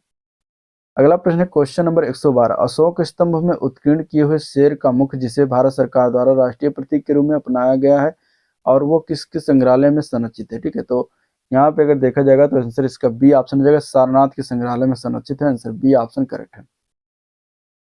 सारनाथ में अशोक ने जो है स्तंभ बनवाया था, उसके शीर्ष भाग को सिंह चतुर्मुख कहते हैं और इस मूर्ति में 4 भारतीय सिंह पीठ से पीठ सटाए हुए खड़े हैं। सारनाथ स्तंभ का यह शीर्ष भाग वर्तमान समय में सारनाथ के संग्रहालय में रखा हुआ है और यह शीर्ष सिंह जो है चतुर्मुख शीर्ष स्तंभ ही जो है भारत सरकार का राष्ट्रीय प्रतीक के रूप में अपनाया गया है। क्वेश्चन नंबर 113 देखते हैं, चंदेल शासन के दौरान उत्तर प्रदेश का निम्नलिखित में से कौन सा क्षेत्र जेजाक भुक्ति या जयहोटी के नाम से जाना जाता था? तो ये प्राचीन जो नाम था ये बुंदेलखंड का प्राचीन नाम हुआ करता था। आंसर बी ऑप्शन करेक्ट हो जाएगा। ठीक है, अगर हम बात करें तो इस पर कभी चंदेल राजाओं का शासन हुआ करता था, अब ये बुंदेलखंड क्षेत्र के नाम से जाना जाता है। प्रतिहार साम्राज्य के पतन के बाद बुंदेलखंड की भूमि पर जो है चंदेल शासकों के वंश का स्वतंत्र राजनीतिक इतिहास प्रारंभ हुआ था। क्वेश्चन नंबर 114 दिया गया है, पूछा गया था कि आगरा और अवध के संयुक्त प्रांत जिन्हें अब उत्तर प्रदेश के नाम से जाना जाता है, वर्ष 1921 में अपनी राजधानी को कहां से लखनऊ में स्थानांतरित किया था? मतलब लखनऊ के पहले इसकी राजधानी कहां हुआ करती थी? तो इसकी राजधानी हुआ करती थी इलाहाबाद में। आंसर यहाँ पे हो जाएगा सी ऑप्शन राइट। ठीक है, आगरा एवं अवध के संयुक्त प्रांत जिन्हें अब उत्तर प्रदेश के नाम से जानते हैं, वर्ष 1921 में इलाहाबाद से लखनऊ स्थानांतरित किया गया इसकी राजधानी। और वर्तमान समय में लखनऊ ही उत्तर प्रदेश की प्राचीन प्रशासनिक और विधायिक राजधानी है। इलाहाबाद जो है न्यायिक राजधानी के रूप से जानी जाती है। उत्तर प्रदेश का उच्च न्यायालय जो है इलाहाबाद में स्थित है, जिसकी एक खंडपीठ लखनऊ में स्थापित किया गया। गौतम बुद्ध की मां देवदह राज्य के शासक परिवार से थी और जो अब उत्तर प्रदेश के जिले में पड़ता है, तो ये पड़ता है बस्ती जिला। आंसर सी ऑप्शन करेक्ट है। ठीक है, गौतम बुद्ध की मां का नाम जो था महामाया था, जो वो देवदह राज्य के कोलिय वंश की शासकीय परिवार से संबंधित है। देवदह राज्य वर्तमान समय में उत्तर प्रदेश के बस्ती जिले में स्थित है। कोलियगढ़ राज्य जो था पूर्वी उत्तर प्रदेश व नेपाल की सीमा पर स्थित बुद्धकालीन जो है गणराज्य हुआ करता था। अगला प्रश्न है, 1 जनवरी 1845 को उत्तर प्रदेश ने कौन से नामक स्थान पर पहला हिंदी समाचार पत्र निकाला जिसे गोविंद रघुनाथ ने संपादित किया था? तो उस अखबार का नाम क्या था? तो उस अखबार का नाम था बनारस अखबार। आंसर बी ऑप्शन करेक्ट हो जाएगा। ठीक है, बनारस अखबार था जो पहला हिंदी समाचार पत्र था जिसको गोविंद नारायण थत्ते ने संपादित किया था। ठीक है, और अखबार के संचालक थे राजा शिव प्रसाद सितारे हिंद। और हिंदी का प्रथम समाचार पत्र की बात करेंगे तो उदंत मार्तंड था, जिसका प्रकाशन 30 मई 1826 में कलकत्ता में शुरू किया गया था। इसके संपादक थे जुगल किशोर शुक्ल। इसी के उपलक्ष्य में 30 मई को हिंदी पत्रकारिता दिवस के रूप में भी मनाया जाता है। ठीक है, अगला प्रश्न देखते हैं, तो भेड़ कुंड जहां अर्जुन ने द्रौपदी से शादी करने के लिए मछली को निशाना लगाया था, उत्तर प्रदेश के किस जिले में पड़ता है? ठीक है, तो ये भेड़कुंड जो है अभी उत्तर वर्तमान में देखा जाएगा तो फर्रुखाबाद जिला है। आंसर सी ऑप्शन करेक्ट है। ठीक है, भेड़कुंड जहां पे अर्जुन ने पांचाल नरेश द्रुपद की पुत्री द्रौपदी से शादी करने के लिए मछली की आंख को निशाना बनाया था, वो उत्तर प्रदेश राज्य के फर्रुखाबाद जिले में पड़ता है। सूफी कवि अमीर खुसरो का जन्म उत्तर प्रदेश के जिले में हुआ था। इनमें से देखा जाएगा तो ऑप्शन सही है सी पार्ट, एटा जिला हो जाएगा आंसर। ठीक है, जो कि 1253 में इनका जन्म हुआ था। एटा जिला का पटियाली नामक ग्राम जो कि वर्तमान में काशीगंज के नाम से जाना जाता है। इन्हें तबला व खड़ी बोली का आविष्कारक माना जाता है। इन्होंने 7 सुल्तानों का शासन जो है स्वयं देखा था। किसने? अमीर खुसरो ने। ठीक है, क्वेश्चन नंबर अगला देखते हैं, क्वेश्चन नंबर 19 है, बहू बेगम का मकबरा कहाँ पर स्थित है? क्वेश्चन हो चुका है, इसके पहले बातें हो चुकी हैं। इसका आंसर हो जाएगा Faizabad. Answer D option correct हो जाएगा। निर्माण किसने करवाया था? तो नवाब शुजाउद्दौला ने करवाया था। ठीक है, और इनकी बेगम का नाम था उमत उल जोहरा उर्फ बहू बेगम, तो इनकी याद में करवाया गया था। अगला प्रश्न, उत्तर प्रदेश निम्नलिखित में से किस जिले में नवाबों का शहर भी कहा जाता है? तो वो लखनऊ को कहते हैं। आंसर बी ऑप्शन करेक्ट हो जाएगा। ठीक है, लखनऊ की अगर हम बात करेंगे, वर्तमान स्वरूप की स्थापना नवाब आसिफउद्दौला ने 1775 में किया था, जो ब्रिटिश काल में अवध की राजधानी रही थी। लखनऊ अपनी खास नजाकत और तहजीब वाली बहुसांस्कृतिक दशहरी आम के बागों चिकन के लिए जाना जाता है। उत्तर प्रदेश में किस धर्म के अनुयायी सबसे कम है? इनमें से सबसे कम धर्म के अनुयायी की बात करेंगे तो वो हो जाएंगे पारसी धर्म। आंसर सी ऑप्शन करेक्ट है। ठीक है, अगर हम 2011 की जनगणना देखें तो उसमें 79.373% जो है हिंदू हैं, मुस्लिम 19.26%, सिख 0.32%, ईसाई 0.18%, जैन 0.11%, बौद्ध 0.10% और अन्य में 0.01% आते हैं। ठीक है, 14वीं शताब्दी की प्रसिद्ध मस्जिद जिसे अटाला मस्जिद के नाम से जाना जाता है, उत्तर प्रदेश के किस शहर में स्थित है? तो अटाला मस्जिद की बात करेंगे तो ये जौनपुर शहर में स्थित है, आंसर सी ऑप्शन करेक्ट हो जाएगा। ठीक है, और अटाला मस्जिद को सरकी राजवंश के इब्राहिम शाह सरकी ने 1408 में बनवाया था। अटाला मस्जिद सरकी स्थापित शैली का उत्तम नमूना है। अवध राज्य से औध राज्य भी कहा जाता है। 1722 से लेकर 1856 तक मुस्लिम शासकों का शासन था। अवध पर शासन करते समय शासकों ने निम्नलिखित में से कौन सी उपाधि अपनाई थी, तो वो था नवाब। ठीक है, नवाब की उपाधि अपनाई गई थी। अगला प्रश्न देखते हैं, उत्तर प्रदेश किस शहर में ऐतिहासिक स्मारक जैसे बड़ा इमामबाड़ा और छोटा इमामबाड़ा स्थित है, तो दोनों लखनऊ में पाएंगे आपको। आंसर यहाँ पे बी ऑप्शन करेक्ट हो जाएगा। ठीक है, जिसे भूल भुलैया भी कहा जाता है और आसुफुद्दौला ने इसका जो है निर्माण करवाया था। क्वेश्चन नंबर अगला देखते हैं, निम्नलिखित में से किसे शेर बलिया के नाम से जानते हैं। शेर बलिया के नाम से जाने जाने वाला जो था इसमें से हो जाएगा चित्तू पांडे। ठीक है, शेर बलिया के नाम से कौन जानते हैं, चित्तू पांडे को जाना जाता है। सी पार्ट इसका राइट हो जाएगा। ठीक है, चित्तू पांडे जो थे भारत के स्वतंत्रता संग्राम सेनानी थे, उन्होंने शेर बलिया के नाम से उन्हें जाना जाता है। वर्ष 1942 में इन्हें बलिया में भारत छोड़ो आंदोलन की महत्वपूर्ण भूमिका निभाई थी। 19 अगस्त 1942 को बलिया में स्थापित अस्थायी सरकार का इन्होंने नेतृत्व किया था। अगला प्रश्न है, अवध की रियासत से उस प्रसिद्ध योद्धा बेगम का नाम क्या, जिन्होंने 1857 के विद्रोह में अंग्रेजों के साथ होने वाली लड़ाई में भाग लिया था, तो वो थी बेगम हजरत महल। ठीक है, आंसर यहाँ पे ए पार्ट हो जाएगा। लखनऊ का नेतृत्व इन्होंने ही किया था, तो आंसर ए पार्ट इसका राइट हो जाएगा। इसके बारे में बातें हो चुकी हैं। नेक्स्ट क्वेश्चन देखते हैं, परमहंस योगानंद गिरी जिन्होंने पश्चिम को योग के ज्ञान से परिचित किया, इनका जन्म कहाँ पर हुआ था। ठीक है, ये बताना है। तो इनका जन्म हुआ था गोरखपुर में, आंसर सी ऑप्शन करेक्ट हो जाएगा, गोरखपुर। जिनका मूल नाम था मुकुंद लाल घोष, जिनका जन्म 1893 को गोरखपुर में हुआ था। और ये श्री योगानंद जो थे 20वीं सदी के एक प्रसिद्ध आध्यात्मिक गुरु, योगी एवं संत थे। ठीक है, इन्होंने पश्चिम में योग दर्शन की शिक्षाओं के प्रसार के साथ साथ अपने अनुयायियों को क्रिया योग उपदेश दिया तथा पूरे विश्व में इसका प्रचार प्रसार किया था। 1857 के विद्रोह में कानपुर के नेता कौन थे, उनका नाम क्या था, तो 1857 के विद्रोह की बात करेंगे तो उनका नाम था नाना साहब। ठीक है, इसके बारे में पहले बातें हो चुकी हैं। अगले प्रश्न की तरफ बढ़ते हैं। क्वेश्चन नंबर 129, इखलास खान का रोजा यानी कि मकबरा उत्तर प्रदेश किस जिले में स्थित है। इखलास खान का रोजा की बात करेगा तो ये पड़ता है आपका बदायूं जिला, आंसर डी ऑप्शन करेक्ट हो जाएगा, बदायूं जिला। ठीक है, नवाब इखलास खान की बेगम ने अपने शौहर की याद में मकबरे का निर्माण कराया था, जिसे इखलास खान के रोजा के नाम से जानते हैं। इस मकबरे का निर्माण 1094 हिजरी सन 1690 ईस्वी में कराया गया था। इस मकबरे की लंबाई 152 फुट और चौड़ाई 150 फुट है। सारनाथ वो पवित्र स्थान है जहां भगवान बुद्ध ने अपना पहला उपदेश दिया था, वो निम्नलिखित में से किस शहर के बहुत नजदीक स्थित है। तो सारनाथ जो पड़ता है ये अगर हम देखेंगे तो ये उस वाराणसी शहर के नजदीक है, तो आंसर डी ऑप्शन इसका करेक्ट हो जाएगा। ठीक है, बहुत बार क्वेश्चन पूछा गया तो इंपॉर्टेंट है। ठीक है, तो यहाँ पे इसको याद रखिए। वर्तमान में सारनाथ जो है वाराणसी शहर के निकट स्थित है। महात्मा बुद्ध ने ज्ञान प्राप्त के पश्चात अपने मत का प्रचार प्रसार प्रारंभ किया तथा अरुवेला से सबसे पहले ऋषिपत्तनम यानी कि सारनाथ आए और यहाँ उन्होंने 5 ब्राह्मण सन्यासियों को पहला उपदेश दिया था, जिसे इस उपदेश को धर्म चक्र प्रवर्तन कहा जाता है तथा महात्मा बुद्ध ने सर्वाधिक उपदेश श्रावस्ती में दिए थे। इसके अलावा कौशल, वैशाली, कौशाम्बी में भी अपने उपदेश दिए और इनके उपदेश की भाषा जो थी वो पाली थी। इनके प्रमुख अनुयायी जो थे शासक थे वो बिंबिसार थे, प्रसेनजीत और उदयन थे। उत्तर प्रदेश को पहले संयुक्त प्रांत के रूप में जाना जाता था, इससे किस वर्ष उत्तर प्रदेश नाम दिया गया, तो उस वर्ष का नाम बताना। तो वो जो उत्तर प्रदेश नाम दिया गया ये 1950 में दिया गया था, तो आंसर सी ऑप्शन राइट हो जाएगा। ठीक है, 1 अप्रैल 1937 को ब्रिटिश शासन के दौरान उत्तर प्रदेश संयुक्त प्रांत आगरा एवं अवध के रूप में स्थापित किया गया था। ब्रिटिश शासन काल में इसे संयुक्त प्रांत कहा जाता था, जिसे 24 जनवरी 1950 को इसका नाम बदलकर उत्तर प्रदेश कर दिया गया। 9 नवंबर 2000 को इससे एक नया राज्य उत्तराखंड स्थापित किया गया। अब उत्तर प्रदेश के 13 जिलों को काटकर इसमें बनाया गया था। उत्तर प्रदेश दिवस हर वर्ष 24 जनवरी को मनाया जाता है। ठीक है, तो ये था ओवरऑल वीडियो जिसको हम लोगों ने देखा डिस्कस किया। अगर वीडियो पसंद आया तो लाइक करिए, चैनल को सब्सक्राइब नहीं किया अभी तक तो सब्सक्राइब कर लीजिएगा। ठीक है, आज का वीडियो में परिंड होता है।